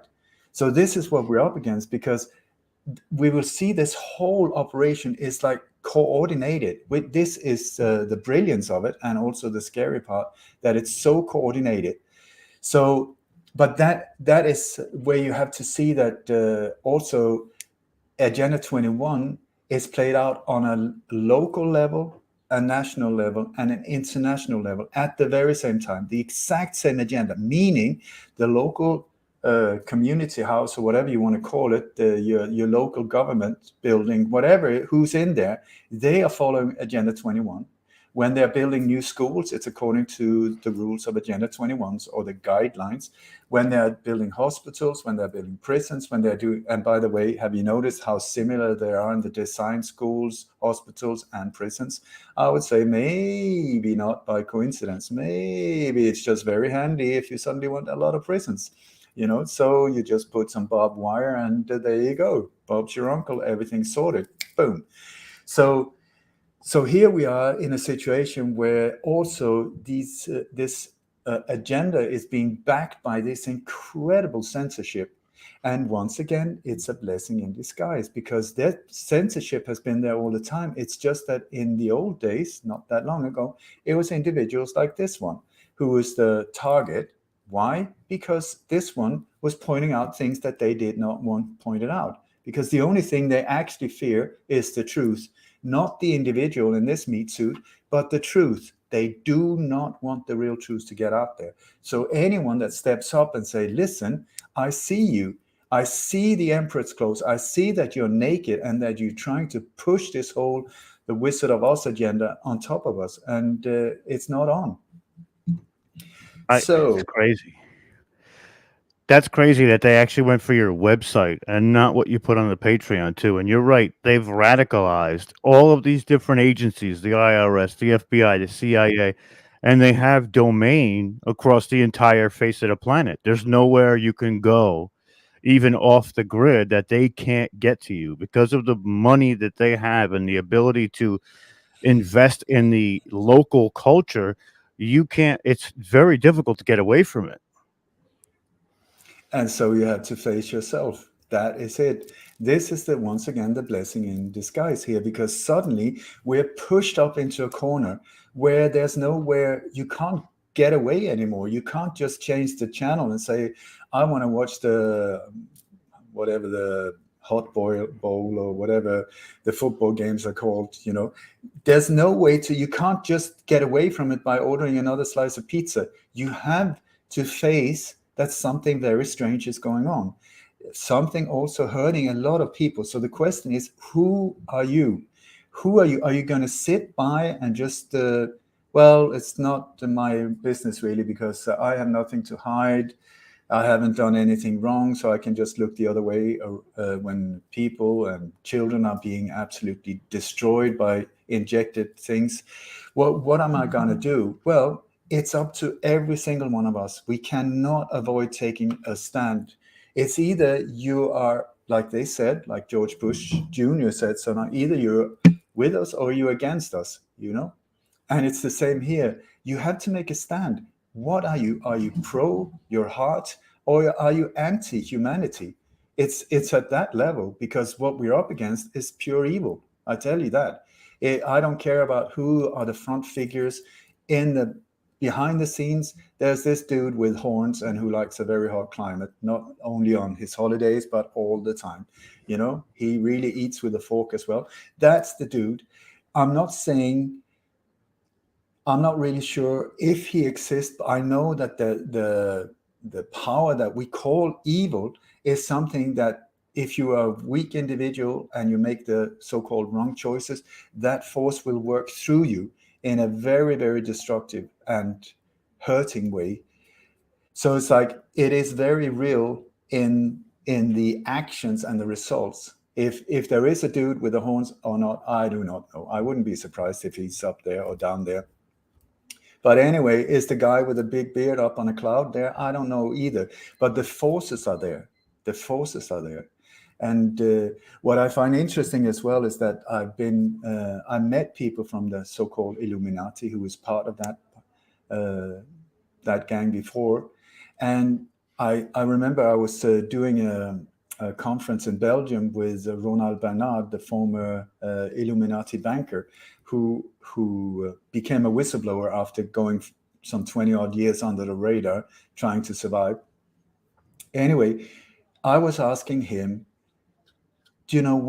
because he was thriving among them. He loved it. I mean, do whatever you want. Don't care about anything, just do thy will, If you rape someone, who cares? I mean, as long as it's good for you, that's the thing, whatever, just do it. And so he loved it. He loved it up until it came to a point where there was sacrifices of babies and stuff like that is just like so horrendous. So he just felt, oh my God, I need out. And so he left. And anyway, so I spoke to him. I asked him, if you look at your life when you were among these individuals, how would you see someone like this one? And he said, the enemy. So I said, okay, so in that world, was there good and evil? He said, yes. So I said, how would you describe a one like this one? He said, evil. I thought that was super interesting because I see them as evil. They see me as evil. So I said, okay, so in these friends, were there real friendship? Yes. Were there love? Yes. Did they love their children? Yes. So how did they express their children? Through torture. He said through pain. I was like, what? What? Yes, it's through pain that they express love, because it's just like a battery, with plus and minus. And if you look in this duality, you have up and down, you got plus, minus, you got black, white, you got duality. And so we need both of them to be able to play in this matrix or whatever it is, apparently. And so he said the way they're striving this way towards the hot little dude with the horns. We're striving that way, trying to be good. They're trying to be so-called good, going that way. And they see someone like this as the enemy who's standing in the way, trying to obstruct them going that way. So I thought, after that, I just thought, I'm never going to be able to understand this. No way. So I might as well let go of that one, trying to understand. But what I can see is that they believe that they're doing the right thing. I believe that I'm doing the right thing. People striving up towards the cloud are believing they're doing the right thing. So instead of judging each other, saying, oh my God, you're so evil, and that's so horrible, just see that we're striving in different directions. And in this, whatever we're living in, it's just a matter of I have decided that on my way through life, in this Dharma, I am going this direction, and I will do everything to stop and transcend what I see as evil. Not judging them, though, because if you look at many of these, like Dr. Kill Bill and these other individuals, I mean, when you look at them, they're super psychos. They were born like that. They were born into families that destroy them into being sociopaths if they weren't psychopaths to start with.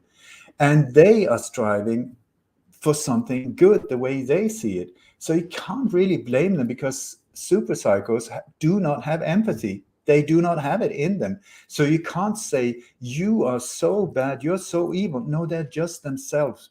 They're just themselves, and they're trying to excel to be the best Kill Bill, and these people can even be happy because they're really thriving doing what they're supposed to do, as would the Joker in a Batman movie, because you need a villain to be able to have this duality, so that we can go on a hero's journey, we can fight the dragons, and we can sort of great. So I think it's time to let go of the blame. It's time to, for me at least, it's time to don't charge it with a lot of negative emotions. Just say, absolutely no fucking way am I gonna allow anyone to get hurt on my shift. If I can stop it, if I can, and I don't even want to stop it, if I can transcend it, because stop, you have forces against each other, and we are up against very mighty forces when it comes to the pushing force, or the dominating force, or the controlling force. So we have to deal with it in a different way,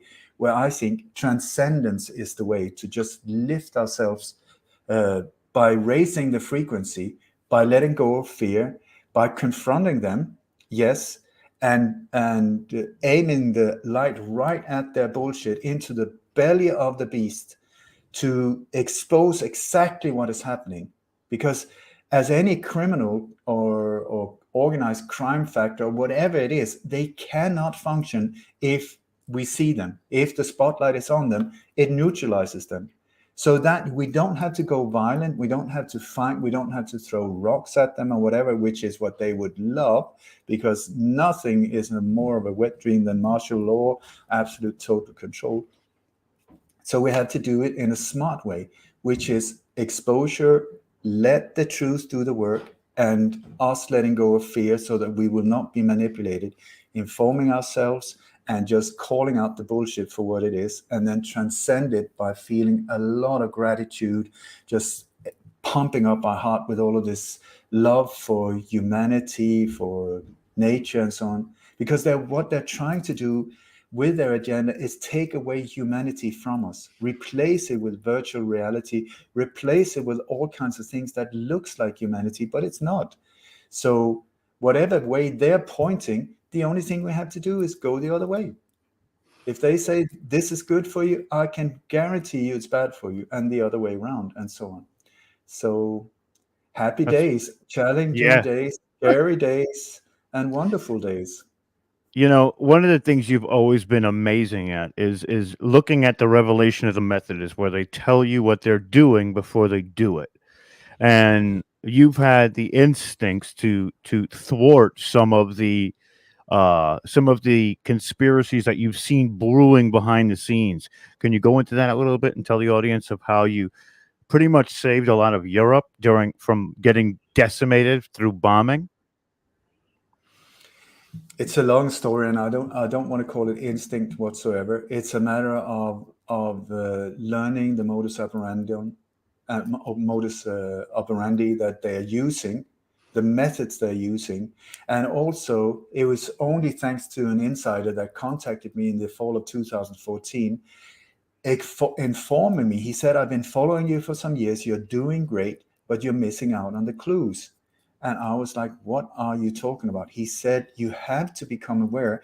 They're hiding clues in the forensic evidence. After each and every one of these attacks, they're pointing towards the next one, or connecting to also former operations.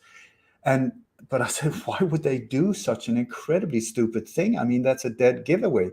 And he said, yes, but these forces or individuals who are doing a lot of harm to humanity are very, very aware of the law of karma. What you do comes back to you.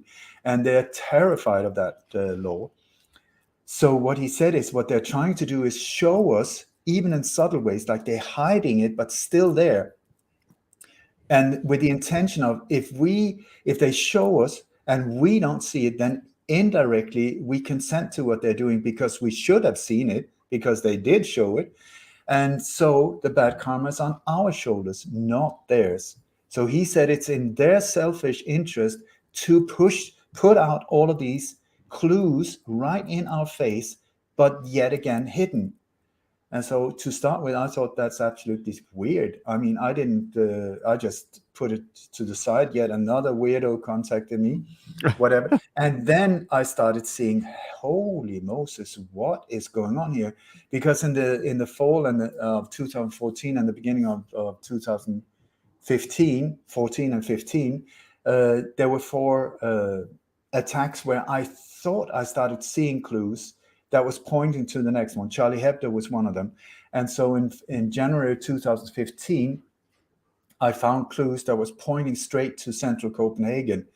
And that was when I went out, because when they carry out these false flag operations, there's always a drill involved, a security drill. The security drill is the thing they go public with, saying, we're going to have a security drill for your security, so you better get the hell out of here and leave us alone so we can do our stuff without you being too nosy and see what's going on. So there's always a security drill, that a standard ingredient. That is one of the sure signs. I'm not saying all drills are like that, but if there is a false flag, there will be a drill. So the drill is there, and that is also to get everything in position, including vehicles, crisis actors, smoke bombs, real explosives, catering, makeup facilities, the whole shebang. It's just like a film set. Also to rehearse the whole thing, because they have one day of rehearsal and then boom, they go live with alleged mass shooting or alleged terror attack the following day. Which is, by the way, Rob, if you didn't know it, if on a rainy day, you never have to fear a false flag. You never have to fear a mass shooting or an alleged terror attack on a rainy day, because they need a clear blue sky, more or less, 2 days or more in a row, because the footage that they take during the drill has to be able to blend with the footage that is sent live from location in Las Vegas or Manhattan or Stockholm or Frankfurt. It's the same gang. So clear blue sky or the same kind of sky, clouds in the background 2 days in a row is necessary. Otherwise, we would say blue sky, gray sky, blue sky, gray sky, when they mix it together in live footage on the news channels. And so they never do that. Anyway, so that was the first time I went out on Facebook asking, is there anyone in Copenhagen right now that could please check if there is a security drill in Copenhagen? Because I found leads that was pointing towards the 14th of January, just 5 days after the Charlie Hebdo attack in Paris. And I got back from a guy that I knew, that he said, it's interesting that you mentioned that, because I just passed this poster and he had taken a photo of it. And there was this beautiful young female soldier saying, we're going to have a security drill for you, my friend, tonight at this and this. And it was exactly the location that I was talking about. So I thought, oh my God. And that's the first time I went out on international media, some of the big shows, saying, I really don't know. I haven't, but this is what I've been informed. These are the signs I found. That's the location. Please, if there's anyone there in the neighborhood, please go there with friends and cameras and just film whatever, everything that can be of interest, because it can be, I mean, in my world, like a parking meter. I mean, you just walk by a parking meter, you don't look at it at all. But that parking meter can be a fake parking meter with the explosives inside. So photos before and after the blast and so on can be of extreme importance, So anything. I mean, I have people taking photos of ridiculous stuff, like pavements and street corners, but that is my world. So anyway, I went out with it and absolutely nothing happened. So I thought, okay, I was wrong. I looked like an idiot, not the first time. And not a problem either. I thought that I did the right thing. So I felt that was the right thing to do. So I thought I was wrong. And then exactly 1 month later, boom, this mass shooting in Copenhagen took place about 200 yards from where I had pointed out. And exactly 1 month later on the hour. And that was also Valentine's Day, which is one of these so-called holidays that they love to use, which are all connected to death, by the way. The Valentine Day, it was William Shakespeare that made it a romantic event. It was based on the murder of, I believe, 3 religious individuals, all called Valentine, that was chopped to pieces many, many years ago. Saint Valentine, right? Yeah, there were 3 of them. So charming, not so charming. So anyway, so that was the first time when I thought, oh my God, we're onto something. And then I pointed out the 4th one that I saw clues going to, which was Florence, Italy, just a few days later. And what do you know? The news went out. We pumped it out there saying, please be aware, please be aware. And then the international media just a few days later said, failed ISIS attack in Florence, Italy. And I thought, we are onto them. We are onto them. That means that this is actually true. So had it not been for this insider, I would have never, ever thought of looking upon after anything that could be like clues, because I would never think that anyone would be that stupid. But they're not stupid. They're just very afraid for themselves because of this law of karma, that is apparently very, very powerful. So since then, an up-to-date state, I have exposed or connected alleged terror attacks or alleged mass shootings up to 2 months before they happened. 66 Wow. to date, up to 2 months before they happen. So I think that is a pretty good track record, because it's only like, what is it? Hell It's yeah. 7 years. So that goes from theory to maybe this is actually true. And so what I've been spending years and years is to try and inform people, please be aware of this is what they're doing. So help me find the clues. So when something happens, you got the official story, which is pointing that way. And then you got the forensic evidence that is being pumped out in international media, often thousands of images like that. And I am like, where is it? Where is it? I know it's here somewhere. Just let me keep looking. And then many times I find the clues, or what I believe is the clue, way down, among other, it's hidden like that, and suddenly it's sneaked in there, boom. So that's just there. And often it could be in symbols, it could be like in multiple steps. You have to follow, maybe there's a road sign pointing to the left, then you have to go to Google Map, look, where's that pointing towards? It can be a street sign where it's on Google where you find the clue, or it can be an alleged eyewitnesses being interviewed by an alleged reporter. Many times these are part of the operation, both the reporter and the eyewitness. And it can be on the side of a bus that passes in the background. It can be like a banner on a bus. It can be print on clothes. It can be just anything. And then one thing that is also occurring all the time are shoes, Nike shoes that are left on site, inside the crime scene or nearby. And I didn't understand these shoes for a long, long time. But I started doing shows about the shoes because I started finding hundreds of shoes, and it was always in situation that was connected to violence or death. And it's like people get shot, and what do they take photos of? The shoes. And I don't know, but last time I was shot, even with a shotgun, I did not fly out of my trainers. I mean, the trainers stayed on the body. It's like, or if you get hit by a car, I don't know if you noticed that there's a lot of vehicle attacks that have been in the last 3-4 years. Yes. Before that, there were no car attacks driving Never. into crowd. Or they wouldn't Never. put them in. They wouldn't put them in the paper, even if there was. But now they're everywhere. Yeah, and why is that? It's the old Roman template: problem, reaction, solution. So here we have a problem with vehicles driving into crowds. Oh my God, that is a problem. Yes. So should we do something about the people that were driving the cars? Maybe get the standard of the driving permissions raised like that? No, it's the vehicle that is the problem. So you will see there's a vehicle attack, boom.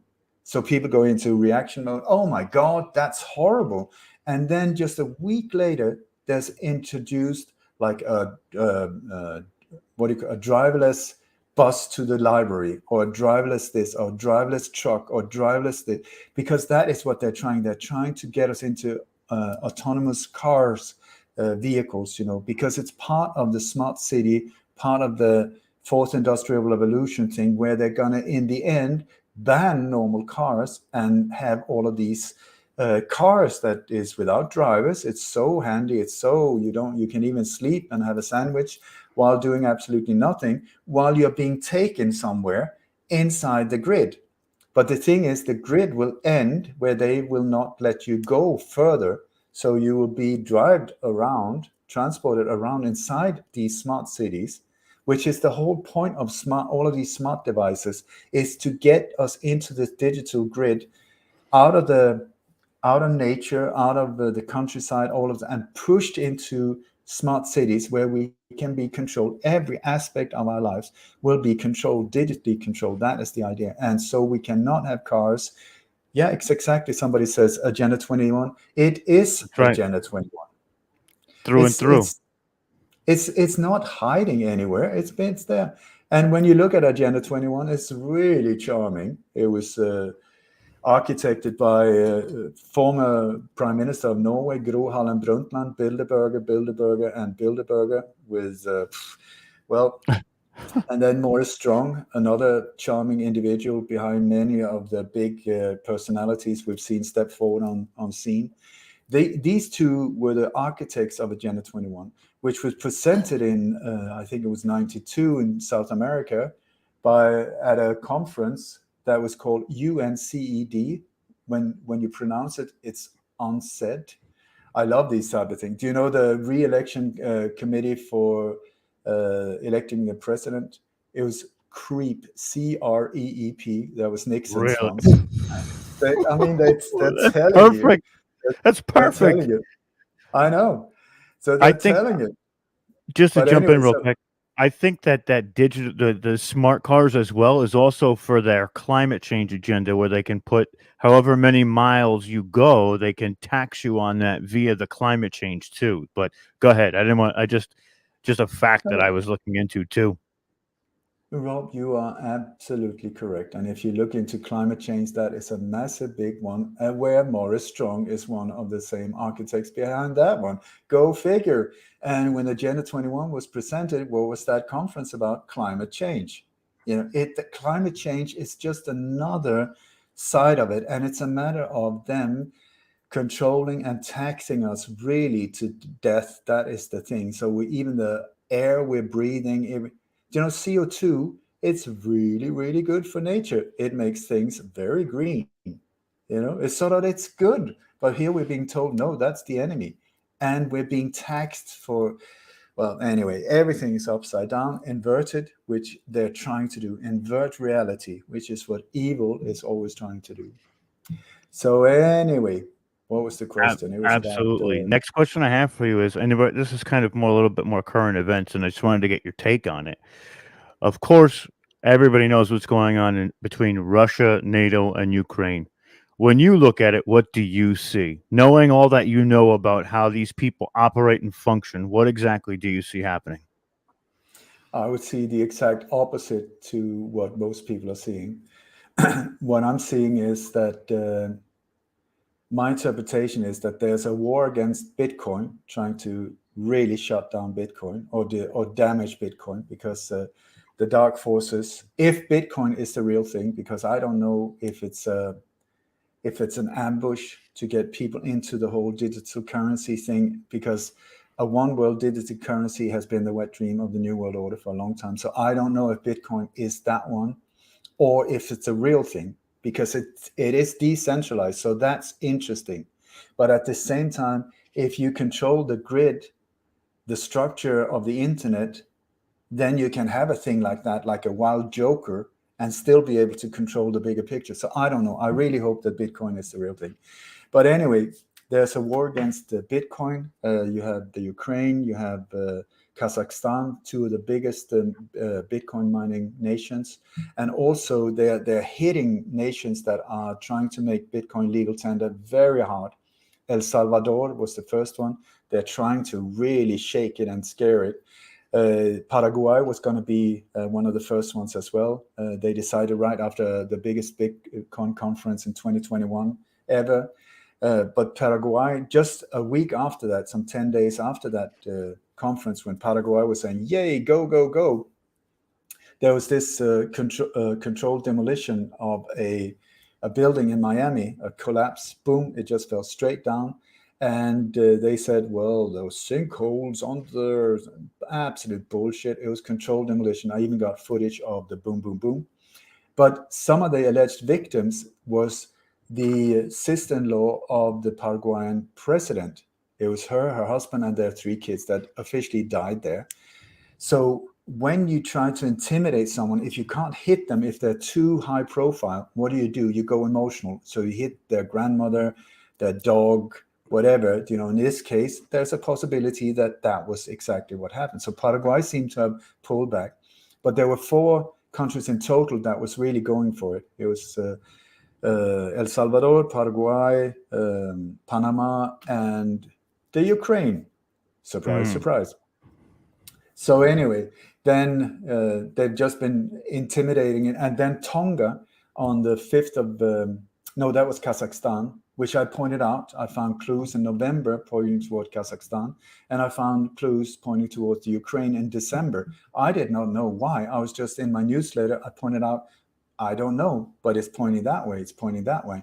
And these were clues that I found at really low budget crap operations, false flags in Norway equals NATO.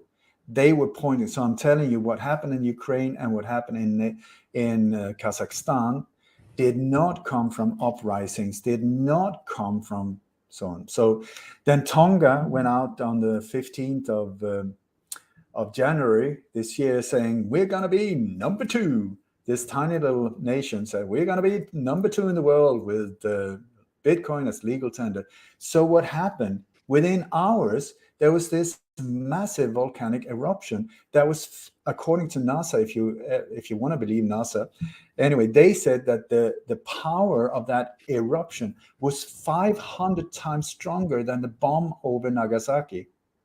500 times the bomb of the atomic, the nuclear explosion over Nagasaki or Hiroshima. That is not natural whatsoever. And also, if there's what appears to be satellite footage where you can see like a missile coming in and boom, it just explodes. And then during the whole eruption, there were 86,000 lightning strikes hitting the volcano. Does that sound natural to you? That's 167 lightning strikes per minute. I mean, it's like that's HARP, folks. That is directed energy weapons and HARP. That's exactly what I was going to say.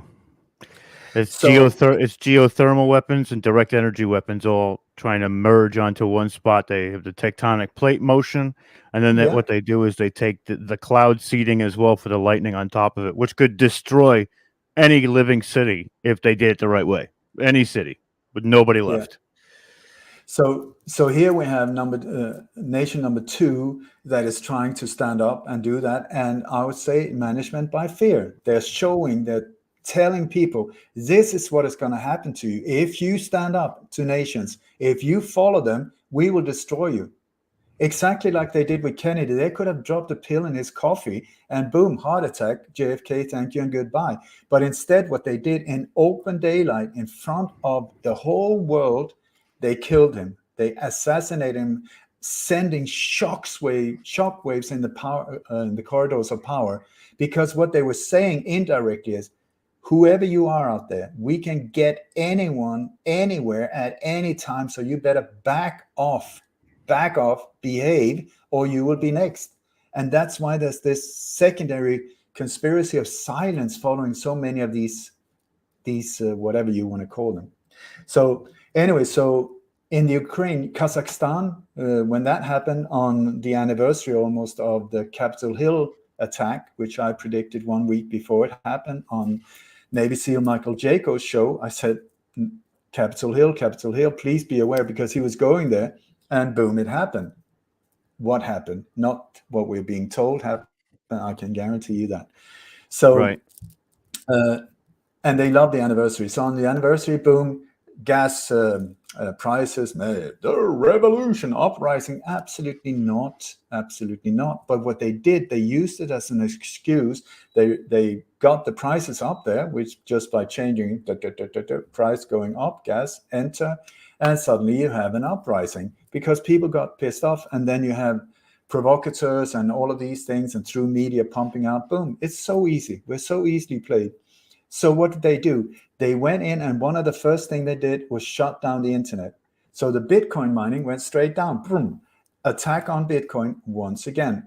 I'm not saying that's the full picture, because also Kazakhstan is very interesting, because there's specifically one city called Astana, which has been prepared for some 20, 25 years as the New World Order, new capital, the new Rome of the earth.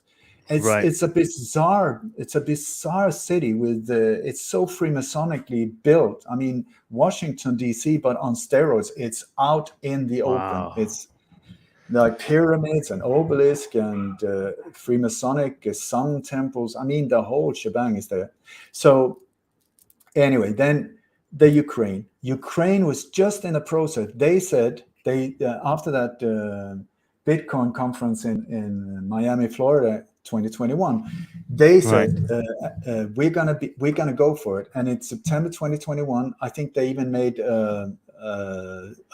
passed a law saying, yep, we're gonna do it. And so one of the things they were in the process of doing when all of this happened was that the government had taken this old former nuclear power plant, shut it down, and they were turning it into a Bitcoin mining center. And then that was supposed to go live here the summer of 2022, I believe. So imagine the power of a place like that, what that could do for Bitcoin mining, instead of people having it down in their basements and stuff. So I think that is a major part of this whole thing. Then you have, if you go into helicopter mode, which I think is where you have to look at these things, it's not a matter of nations. It's not a matter of US, China, this. You have to go above that to see that the world is being played like a chessboard, and nations are just like pieces on a chessboard.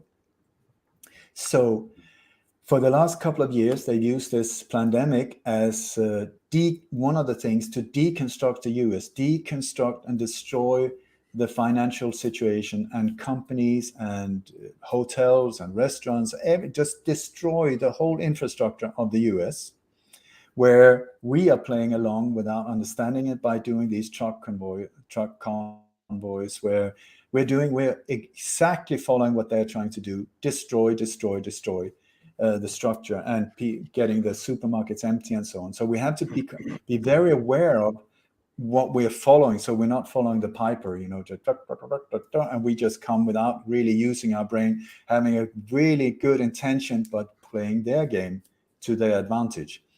So first superpower number one, the US, destroyed. Then they prepared a new capital in Kazakhstan. They've been talking for a long time about moving a power center to the middle of the world, in between Asia, the US, the whole shebang. What would be a more perfect place than Astana? If you look at the position on the map, Dead center. Dead center, flat around. I would say maybe a bit oval, whatever it is. It's absolutely not round. It's absolutely not flat. But anyway, dead center, Astana, boom. So strategically placed, interesting. So what do they do now? I would say they're going for superpower number two, which is Russia. So how to do that? How can they do that? First of all, that's the key word. Thank you, Rob. First of all, you need to demonize a nation to be able to get the rest of the world to applaud. Yes, go for it. Yes, go for it. So how do you do that? You get the media that you control to say this nation or this leader is doing horrible stuff.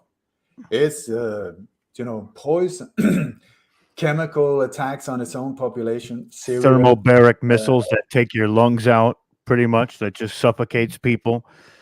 I know, whatever it is, they will demonize it. So here we have an interesting situation, because you got the Ukraine, and Ukraine is interesting for different reasons. One is the breadbasket of Europe. It's the wheat center of Europe. That's interesting. Also, it's where the Khazarian mafia has its roots, and the Khazarian mafia is very dominant in this dark agenda which is going on. So, and I do not want to appear like I'm understanding the full picture. Absolutely not. I'm just pointing out stuff here. So, but then we have Ukraine. So who is leading the Ukraine? I mean, that is interesting as well, because there is something. You got the power on a front, at least the power we see, because the real power is behind these shop windows. But one of the major shop windows at the moment is called the World Economic Forum, with Klaus Schwab, Anal Schwab Klaus here, another version of Dr. Evil. Very much so. I mean, he even looks like, it's only the white cat that is missing. But so we got this, but that is the 1% financial percent of multinational corporation and individuals in key positions that are there to destroy the 99%.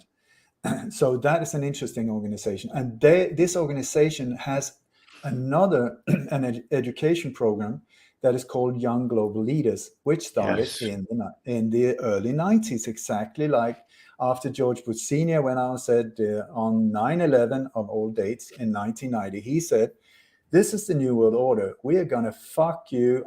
Sorry for my French, so I will change my language. We will fuck you, because that is what he said. This is what we're going to do. We will totally screw you over in all areas of life, and there's nothing you can do. So just pull down your pants, bend over, and accept. That is what they said.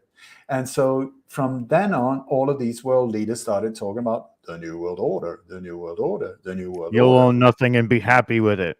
We've infiltrated all the cabinets of the of all these different nations. Tulsi Gabbard, Justin Trudeau, all of them. They're all from the young leaders of the World Economic Forum.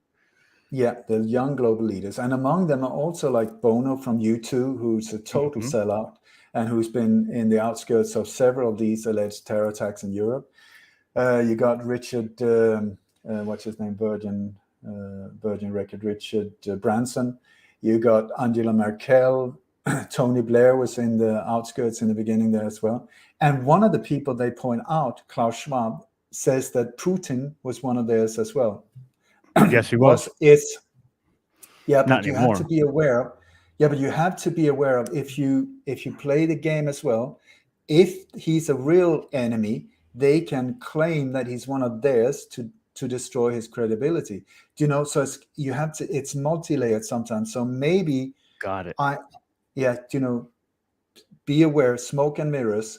So anyway, they claim that he was one of theirs, that he in the early 90s. And that is very possible, because I heard an interview with a former MI6 agent who said that while he was being trained in the UK many years ago as a young man, one of the other agents in training was Vladimir Putin. So what? But that could also be a plant. So you have to be aware. But at the same time, if that's true, if Vladimir is MI6 and World Economic Forum young global leaders, Boris Johnson's dad was MI6, and he seems very much like he could very well have been into this as well. And then we have Zelensky, who graduated from the World Young Global Leaders in the year 2000. And he's an actor, a stand-up, and he played a role of himself, the role he's playing today. Yes. He played that for some 5-6 years in a show called Servant of the People, I think, something like that. It's almost like Designated Survivor here, where Kiefer Sutherland was the president of the United States because he was the last man to survive an attack type deal. I've heard all about that. It's wild. It's so wild. Sorry to interrupt. Rob Kiefer Sutherland is an interesting actor as well, because I believe he's being used in this because he was part of 24. Do you remember 24? Yes. There were three seasons of 24 where this great FBI agent was doing everything he could to protect his president, who was a black president. At that time, it was unheard of. Nobody would in 100 years have thought that a black person could become the president of the United States. And then here we have this beautiful individual who could even be Barack Obama, if you want to believe Barry Yeah. Soetero's bigger brother. Beautiful voice, beautiful actions, everything like that. He was being introduced, I think, as a psyop to prepare for the boy band constructed individual called Barack Hussein Obama to enter in on stage, to open our minds to the possibility. Because I tell you, they could have taken that actor and put him up for president. People would have loved him. Yes, go, go, go. But instead, in the Ukraine, that is exactly what they did, because they got him loved by the people. Then the production company, his own production company, which is called something like Kaput 95 or something like that, they financed the creation of a party called Serving the People. And then he, who had never done anything politically, was elected president of the Ukraine. And if I'm correct, many of the people in parliament are actors from the same TV series. It's like, are you, I mean, what? And then his wife is a screenwriter. So, I mean, what else do you need? So here we have wild. So here we have the situation where possibly Putin is theirs. This guy, 100% sure. So what do they need? So the US, I think it was the US State Department some weeks ago, they went out and said, or months ago maybe it was, they said, we just found out that Russia is planning a false flag attack on Ukraine. Okay, so that's the first time ever, as far as I know, that the term false flag was used officially. So that's interesting. It was. Individuals like me have been talking about that for like the last 30 years and been like, yeah, tinfoil hat. So what is a false flag? A false flag is a psychological operation where the attacked one is actually the attacker. The victim is actually the attacker. So here, if Russia had been planning a false flag against the Ukraine, they would pretend a Ukrainian attack against Russia, which would then justify Russia going in and invading the Ukraine. Is that what we see? Absolutely not. So that is BS, BS, and BS. And why would they do a thing like that? Why did I find clues in Norway and Stockholm pointing towards Ukraine? Because it's not happening in the Ukraine. It's not Russia attacking. So when you look at what's going on, we come into the world of a movie that I would very much recommend called Wag the Dog. Wag, W-A-G, Wag the Dog, with Robert De Niro, Dustin Hoffman, Woody Harrelson, and what's the name? Not Waylon Jennings, the other That's guy. art imitating reality, or reality imitating art. We don't really know. It goes both ways. I tell you, I've got another one for you here, because that was released in 98. I'll just give a quick run of what that movie is about. It is a movie where the president, who looks quite a lot like Clinton, and this was under Clinton, the Clinton administration in 98, he was groping a young girl in the White House. How unusual. So anyway, so there was this scandal because it's right before election time. There was only like 14 days or something before election, and he couldn't keep his hands to himself. So what did they do? They sent him out to China, so he's not going to be able to answer any questions or anything like that. And then they call in a fixer called, that's the character of Robert De Niro, very low profile, anonymous individual who comes in, fixes stuff. But this is a bad one, because the opponent in the elections is really, he's got wind of this whole thing happening, and he's starting to blow this up, making it a major scandal, which could really make this president lose the re-election. So problem for these forces. So what they do is that Robert De Niro says, we had to create a credible diversion, so that media will look the other way, so that the nation will look the other way while we sort these problems out. Okay, so what he does is he creates a war that does not exist between Albania and the USA. So how does he do that? There is no war. There is no conflict. There is nothing. What they do is because he's working for the White House, so he's got the powers to do stuff. So what they do is they activate the different military forces. They just say, please be on standby. That's it, on standby.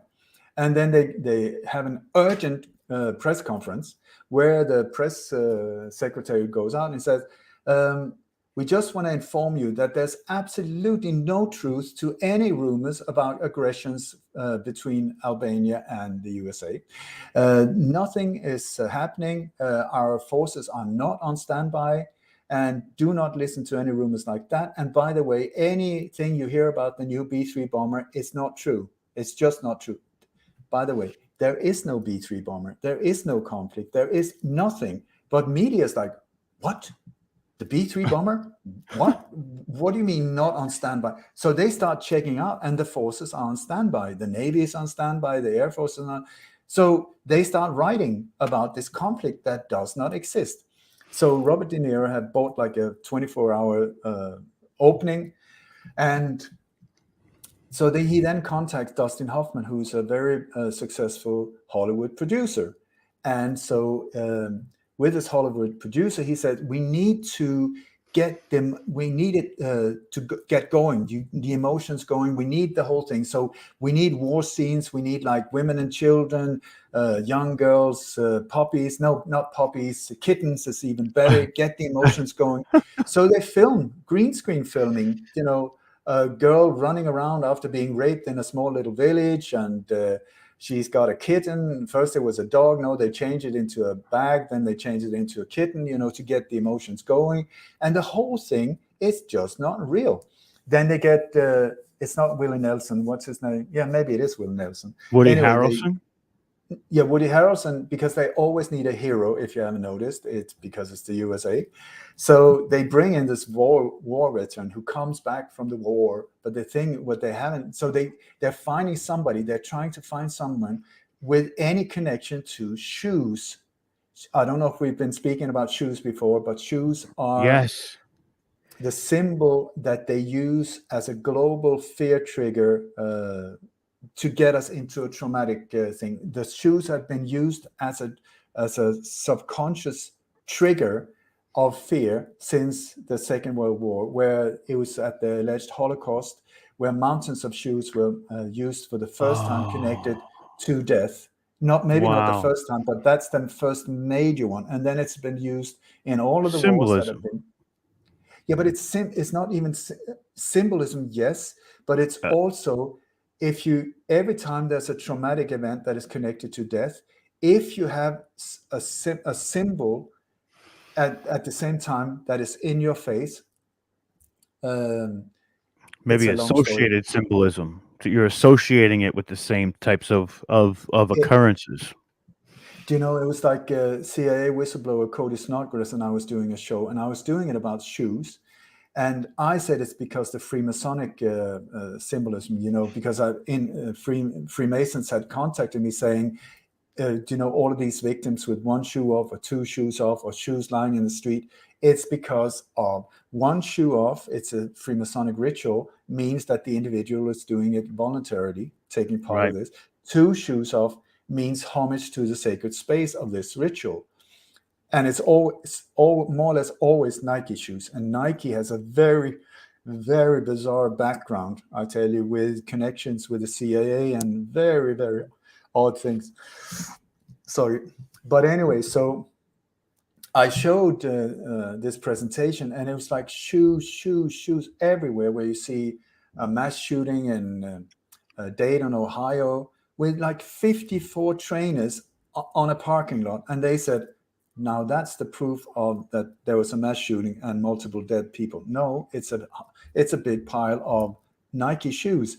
And I was like, when you get shot or when somebody starts shooting, do you say, wait a second, before I escape, I'm just going to take off my shoes here and then I'm going to run for it. These shoes are there all the time. So Cody, the whistleblower, who've been in Black Ops for more than 20 odd years and also involved in MK Ultra, he said that when they break down individuals to be controlled through mind control so that they can act in different ways as patsies or whatever, they the way they do it is they need to break the personality into more than one. And then they need to be able to trigger that part, the second personality that becomes, because what they do is they torture individuals or they rape them or whatever. Horrible, horrible, horrible. Break them. So in the end, your spirit or your personality or whatever, it's just like you can't take it anymore. So your personality escapes, or your spirit escapes into another personality. It's quite bizarre. But anyway, so they found out that in the early 50s. And then what they needed was a trigger so that they could activate whatever personality they wanted, to get that personality to even do stuff that the first personality wouldn't even know about. Same person, dual personalities. So that is called a trigger, a mind control trigger. And the way they did it was that every time they raped this individual, maybe they were playing a song, Mary Had a Little Lamb, or showing a symbol or something like that, so that in the end, they didn't even have to torture the individual. They just played the song and clicked the personality. Flip the switch. Yeah. Just and flip the switch. You will see many movies, Hollywood-produced movies, where they have, maybe a car mechanic who's having a totally normal life, and then he get a phone call and they play Mary Had a Little Lamb or whatever trigger, and suddenly this individual turns into like an assassin and Jason takes Bourne. off. Jason Bourne. And by the way, another CIA whistleblower, Chip Tatum, who was the commander of George Bush Sr.'s private hit team, Pegasus, who was part of taking out at least 14 individuals, he told me that the Jason Bourne, what's the name of these? Bourne Identity. Yeah, he said these movies are the closest to real life when it comes to the way it works. He says they're very accurate, take away the Hollywood fighting scenes, but otherwise than that, with sleeping assets, walking assets, wannabes, used to be's, all of these things that can be activated and so on. So anyway, so what Cody was, we go back to the other CIA whistleblower, he said that as far as he could see, that these shoes were being used as a global trigger, because mind control trigger globally, because so many years we've seen from the Holocaust and onwards, death, and what is in the front? An image of a shoe, an image of a shoe, an image of a shoe. In the background, you got like smoking debris or blood, torn bodies and whatnot, and a shoe. It's always in the center, and a shoe, and a shoe. So, are you still with me? Here. I'm still here. Excellent. Anyway, so he said that what he believes is that they've done it very deliberately for many, many years, so that every time it's one of their operations, you have death and destruction and then a shoe. And I interviewed a psychiatrist, and he said, our human mind is so fascinated by our own destruction. So we will look at the horror, but at the same time, our eyes were like, oh my God, that's just so horrible. And then it would try to find something familiar to rest on. In this case, a shoe. So you get a double whack. You see the death, and you go, oh my God! It's just like when people are passing in a side of an accident. It's like everybody slows down to see. Oh, did you see? I don't want to see. But was there any blood? Did you see any dead bodies? Yeah, but I don't want to see. So you look. And then, oh my God! And then you look for something without knowing it's something familiar to rest on, and then you get the shoe. So it's like a double whack of fear trigger. So these shoes have been used for the last 50, 60 years to trigger you. And it's perfect. It's low budget. It's beyond language barriers. You can use it on an international level. I've done... you can find, if they haven't shut it down, multiple shows where it's called the soulless shoes of death. It's unbelievable. It's in the hundreds. And I just want to point out that there was an alleged car attack in Belgium recently. And what is on the photo? You got a shoe right in the middle of the whole thing. So back to Wag the Dog, if I can ramble on. So in Wag the Dog, they have the shoe massively because they want something connected to shoes. So they're looking for somebody who has a name close to shoe. And so they have this war veteran called, I think his name is Schumann or Schumacher. Schumann, I think it is. Yeah, that's Woody Harrelson. But what they forgot is that he was in prison because he was absolutely messed up mentally and he was raping a nun or whatever. So not so good, but he was used for the imagery. And then you have, I think Willie Nelson is playing an old song. He's composing a song. It has to do with shoe. So they sing about the old shoe. And they even make it so that it sounds like an old record for, 78 one. Where old shoe, an old blues song, and they're pumping it out over the whole nation, and so also they go out and they throw up shoes over the wires, lines, like in the city.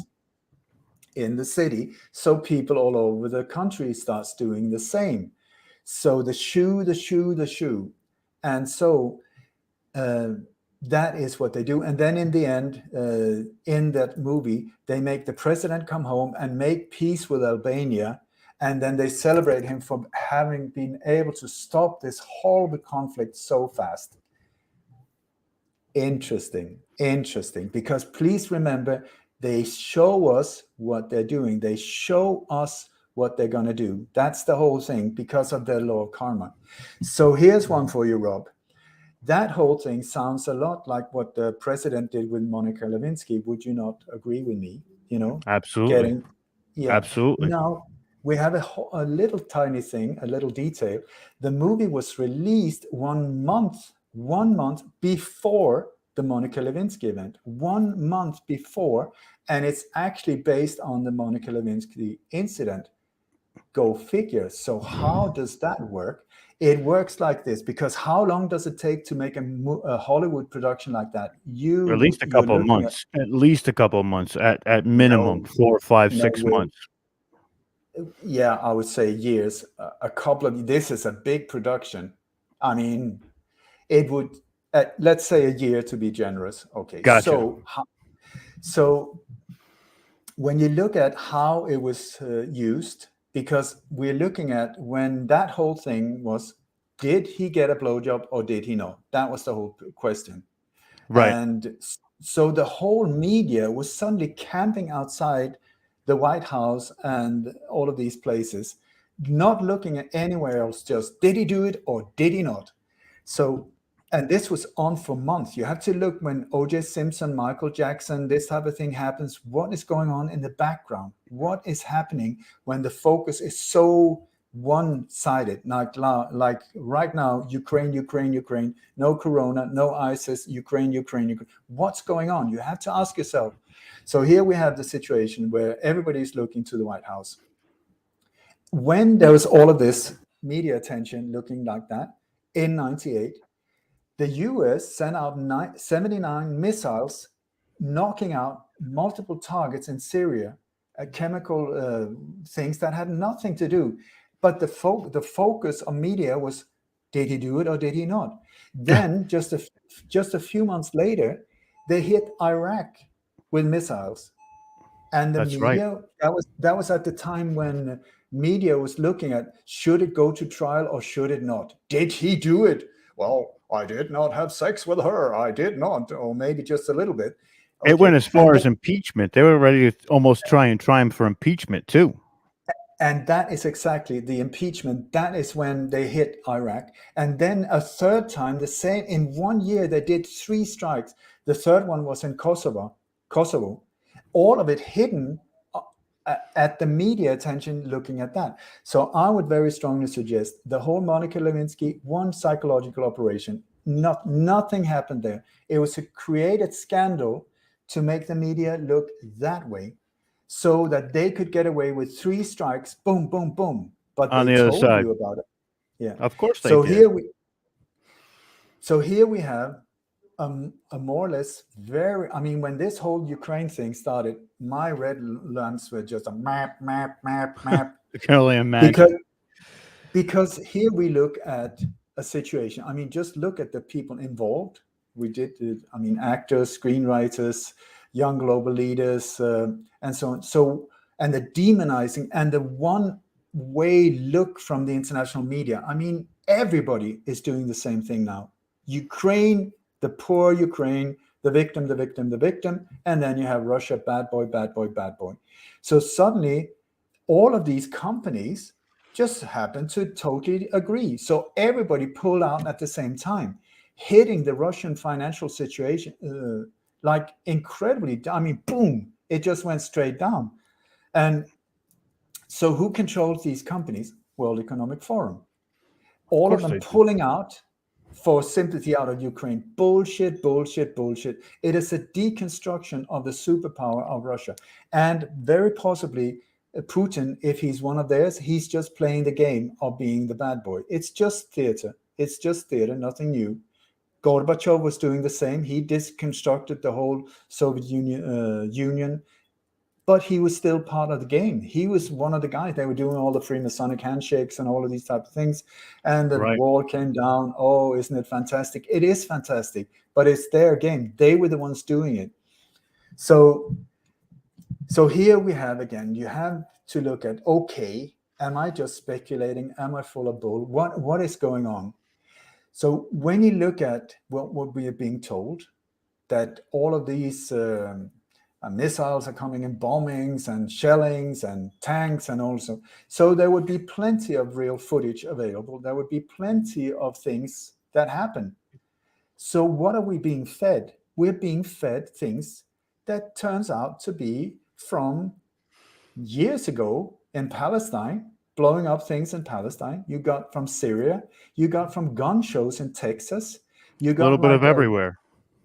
You got taking stuff from all over the place. It's crazy. I saw that too. And they have Zelensky walking the front line in 2000. I think it was 2014 when he was visiting troops. 2016.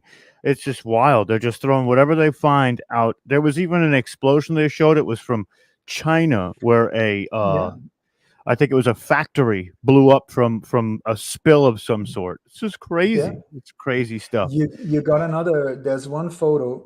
There's one photo of. Well, there you go, Boy George. There was one photo of from a gun show in Texas, also where you see all of these explosions. Then there's several images being used from a computer game, I kid you not, called Armor 3.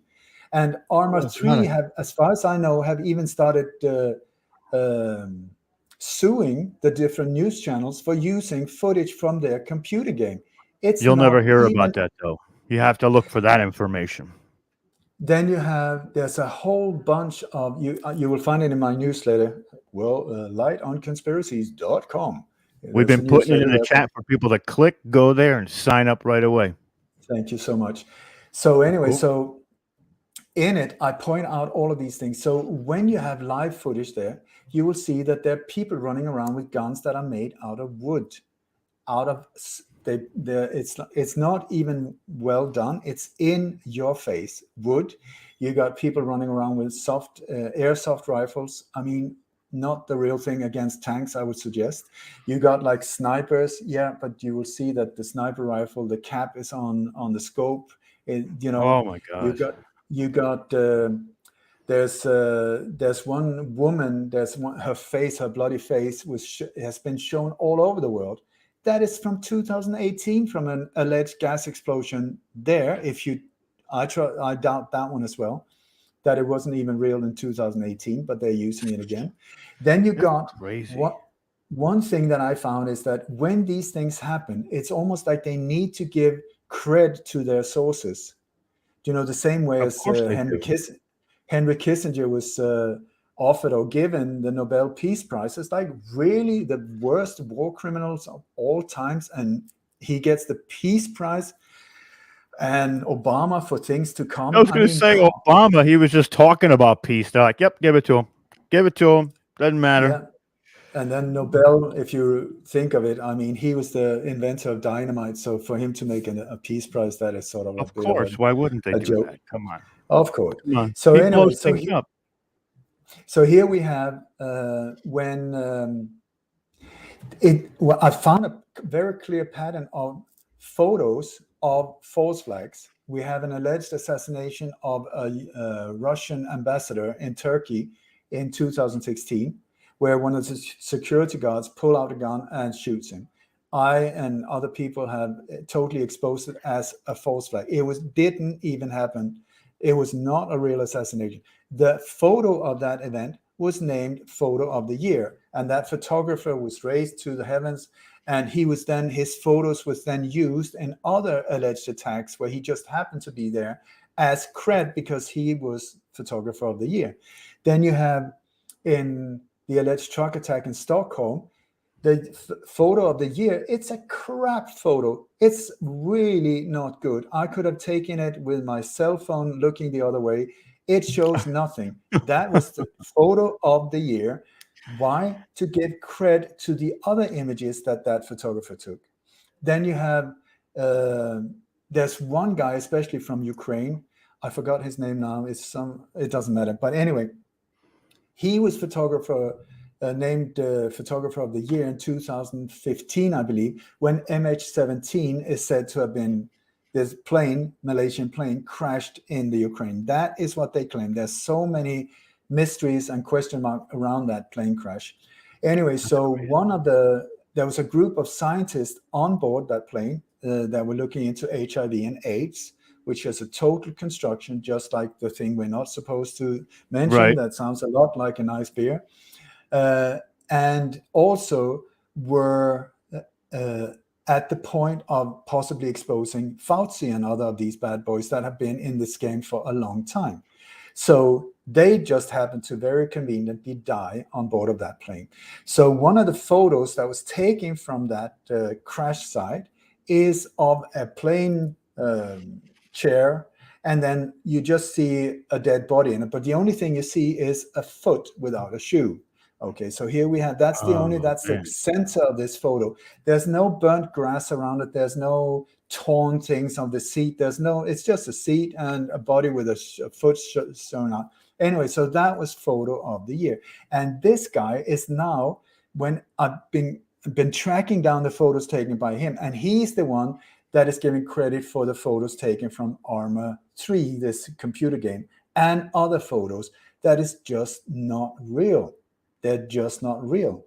And so what are we looking at? We're looking at a massive deception. Then there are some very fantastic individuals. You have to question them as well, but I really think that they're the real deal. There's one English guy who just took a plane over there, a flight to Poland, and then a train into the Ukraine to see what's going on.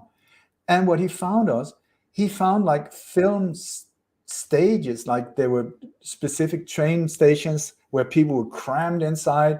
Wow. Chaos, people were filming inside. On the outside, absolutely nothing happened. He went to different places. They say, you can't go to Kiev, it's a war zone. He went there. It was just another Monday, Tuesday, Wednesday day. Nothing unusual. Nothing, no explosions. That happens when they're on the news too. When they're on the news and they're sitting there reporting, the background looks like just a regular city, cars driving, people walking, but it's supposed to be a war zone. Makes no sense.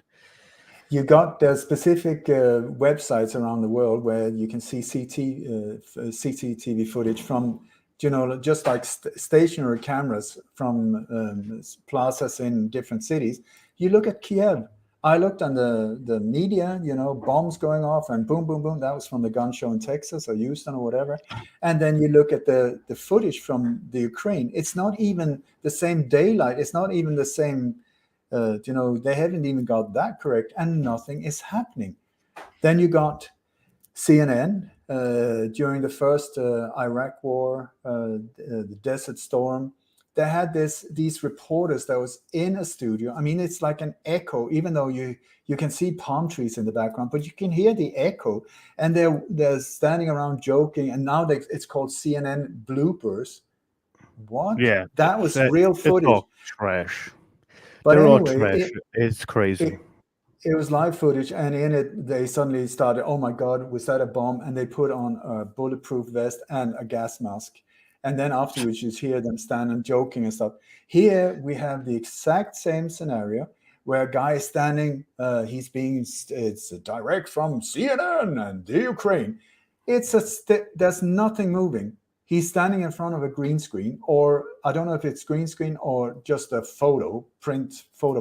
There's no movement whatsoever. Normally there would be some lights on, off, a car, nothing. And then he's standing and he suddenly says, "Did you hear something?" And the reporter says, "Yes, was that an explosion?" There was nothing there. Sure was. Anyway, Sure was. So this guy puts on a helmet and then a bulletproof vest, and it's all so dramatic. It's called bullshit, and bullshit. And I think they're doing it on purpose because they need to show us it's not real. Why else would they run around with guns made of wood? Why would they do it? It's to say to us, please wake up. Wake up. It's not real. It's not. It's not. And I hate to do this all, but we got to wrap in like 2 minutes. So just say a final piece, because I know we could go for hours doing this. We could talk about this stuff for hours, and I love it. I love it to death. But we got to wrap up because we'll lose some of the footage at the end. With YouTube only does 12 hours. So I'll give you the last 2 minutes to rock it out. Rock it out. So I would say, please question everything, myself included, and then ask yourself, if it's fear-based, who benefits from you getting scared? Who benefits from you believing something that makes you feel, oh my God? These are the ones you have to look out for. Whatever comes from the heart, follow that, and don't follow it without blindly. Just feel with your heart instead of your mind, and then take a step back, breathe, and do the right thing. So my website is lightonconspiracies.com, lightonconspiracies.com, plural. That's more or less the only platform I'm still on. I used to be on all of them. I've been shut down and destroyed and bombed and whatever, but still here and not going anywhere. So lightonconspiracies.com.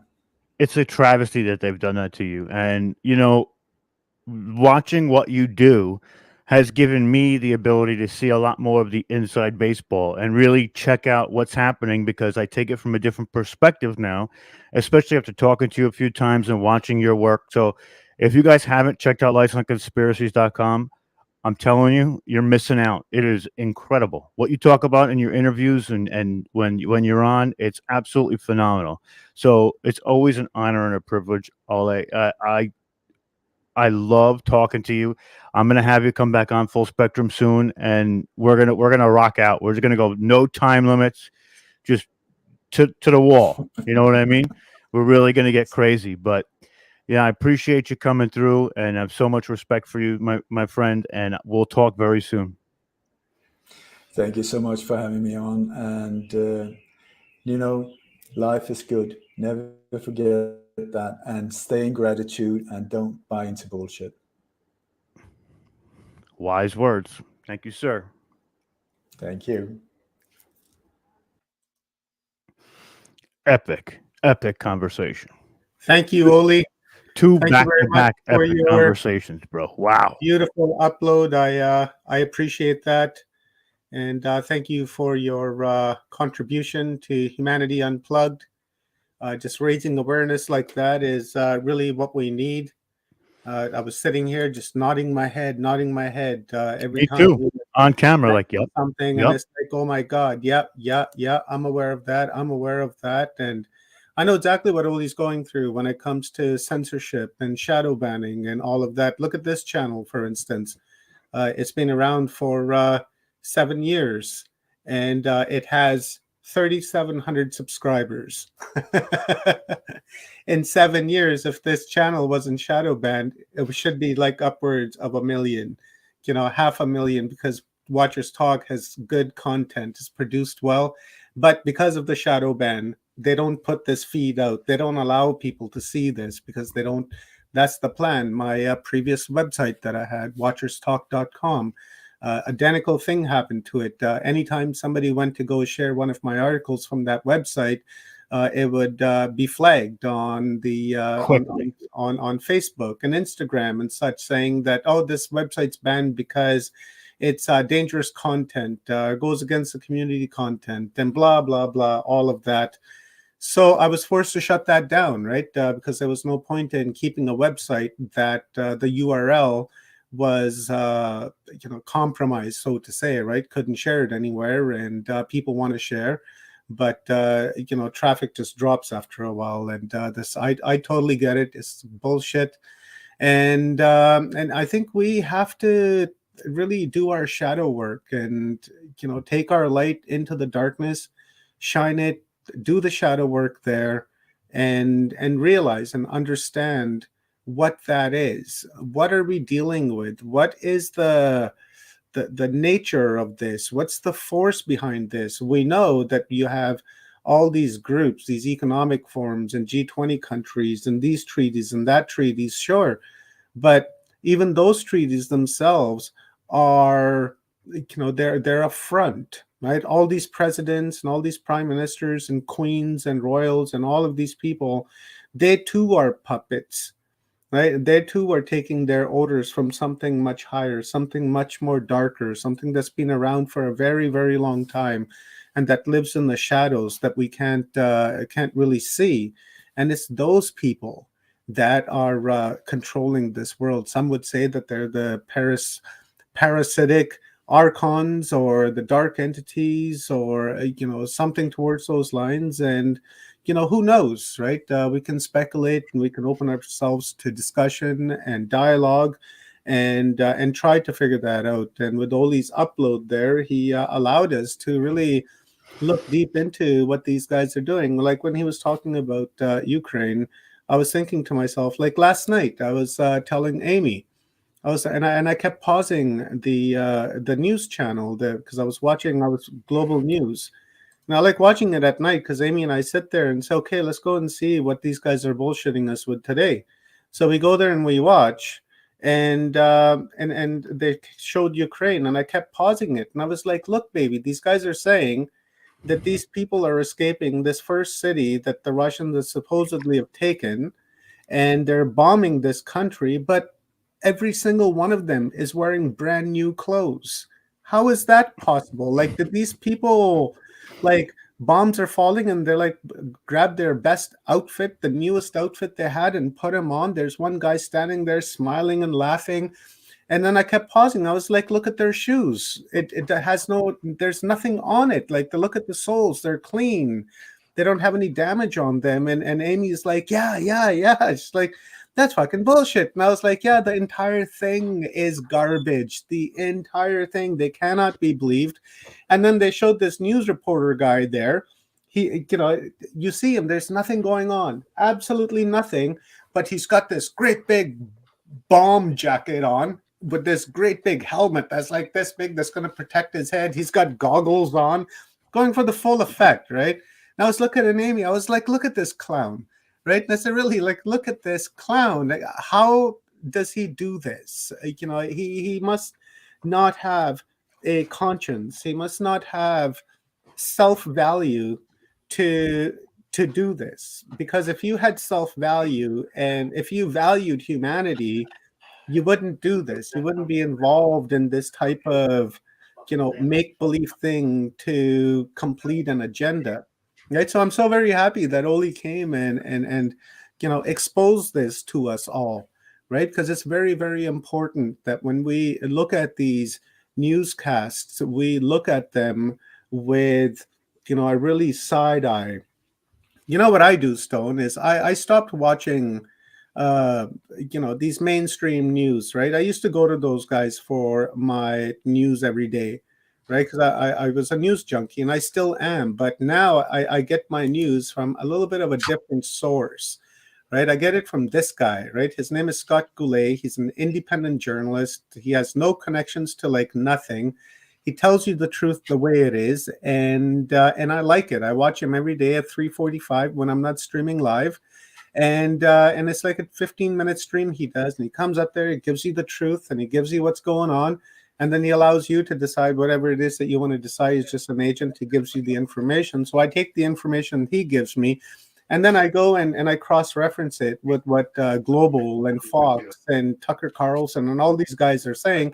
And I cross-reference, and what he's telling me is completely, starkly different than what they're all saying, right? So I know that I'm getting my truthful news from this side and bullshit from over here. So that's why I always say to Amy, when we have supper or something, it's like, okay, well, let's go see what they're bullshitting us about. And usually at the end of the newscast, I always leave a comment on there. Thanks for bullshitting me today.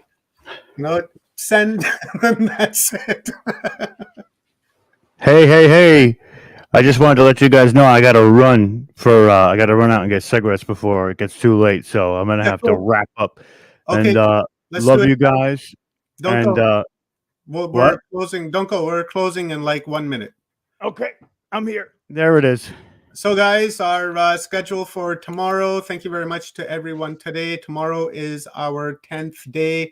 Going to start the day off at 8:10 a.m. with Hugh Newman. Then we're going to jump over to Tom Palladino, then Guimaury Legrand, and then after that, Angela LaRue, and then Eric Hecker, and then Rosalind Beth Horowitz, and then Dave Gannett, Ernie Atwell, Sean Morgan, Marlon Cox, and hopefully Leah Capitelli. But if not Leah Capitelli, we have that covered. And that's and maybe Janelle Ware. We might switch that up, but that's just a backup there. And that is our plan for tomorrow. Today was a wonderful day, everyone. Thank you very much for all of your contribution. Thank you to the mods in the Watchers Talk chat room for moderating, sharing links, and keeping an eye on the behavior in there. Everyone was really good anyways. No posters today. Yeah, no posters. None at all. I think we blocked them all. I think we got them. I appreciate you guys. Thank you for super chats. Thank you for any PayPal donations. We appreciate that. My name is Omar, coming at you guys from West Coast, British Columbia, Canada. Thank you. A big, huge thank you to Jennifer Koofman today for her film. What was the name of that? There's got to be something more to this, something better than this. I forget. It's just been a long day, a lot of information in here. Yeah, dude. Right. So just, you know who you are, you know what you've done. And Jennifer, thank you very much. I truly appreciate it. And thank you to Kathy for making that connection happen. So a lot of love to you guys. My name is Omar, coming at you guys from West Coast, British Columbia, Canada. I love you all. See you guys tomorrow morning at 8. Really quickly, Stone, any last words? And really quickly, Rob, any last words? I love you all. Go ahead, Stone. I don't know. I'm so shot right now. That was just an intense conversation at the end of the night. Yeah, right. We were hammering it. That was something else, I'll tell you. Tomorrow's going to be just as much fun. So I know. Hey, last 2 days. Oh no! I don't know what happened. I froze up. Oh, it looks like we're freezing up, guys. Okay. All right. All right. Love you guys. Love you guys very much. And check out Paul Wallace's website. The Echoes of Eden is available on Kindle right now, and the paperback will be available on May 1st of this year. Head on over to paulanthonywallace.com to place your pre-order for Echoes of Eden. And while you're there, put an order for the entire Echoes or the entire Eden series. It is a wonderful series. I've completed all 3 books now, so I'm ready to rock and pick Paul's brain. So with that said, love you guys, and we will see you tomorrow. Let's go, Brandon.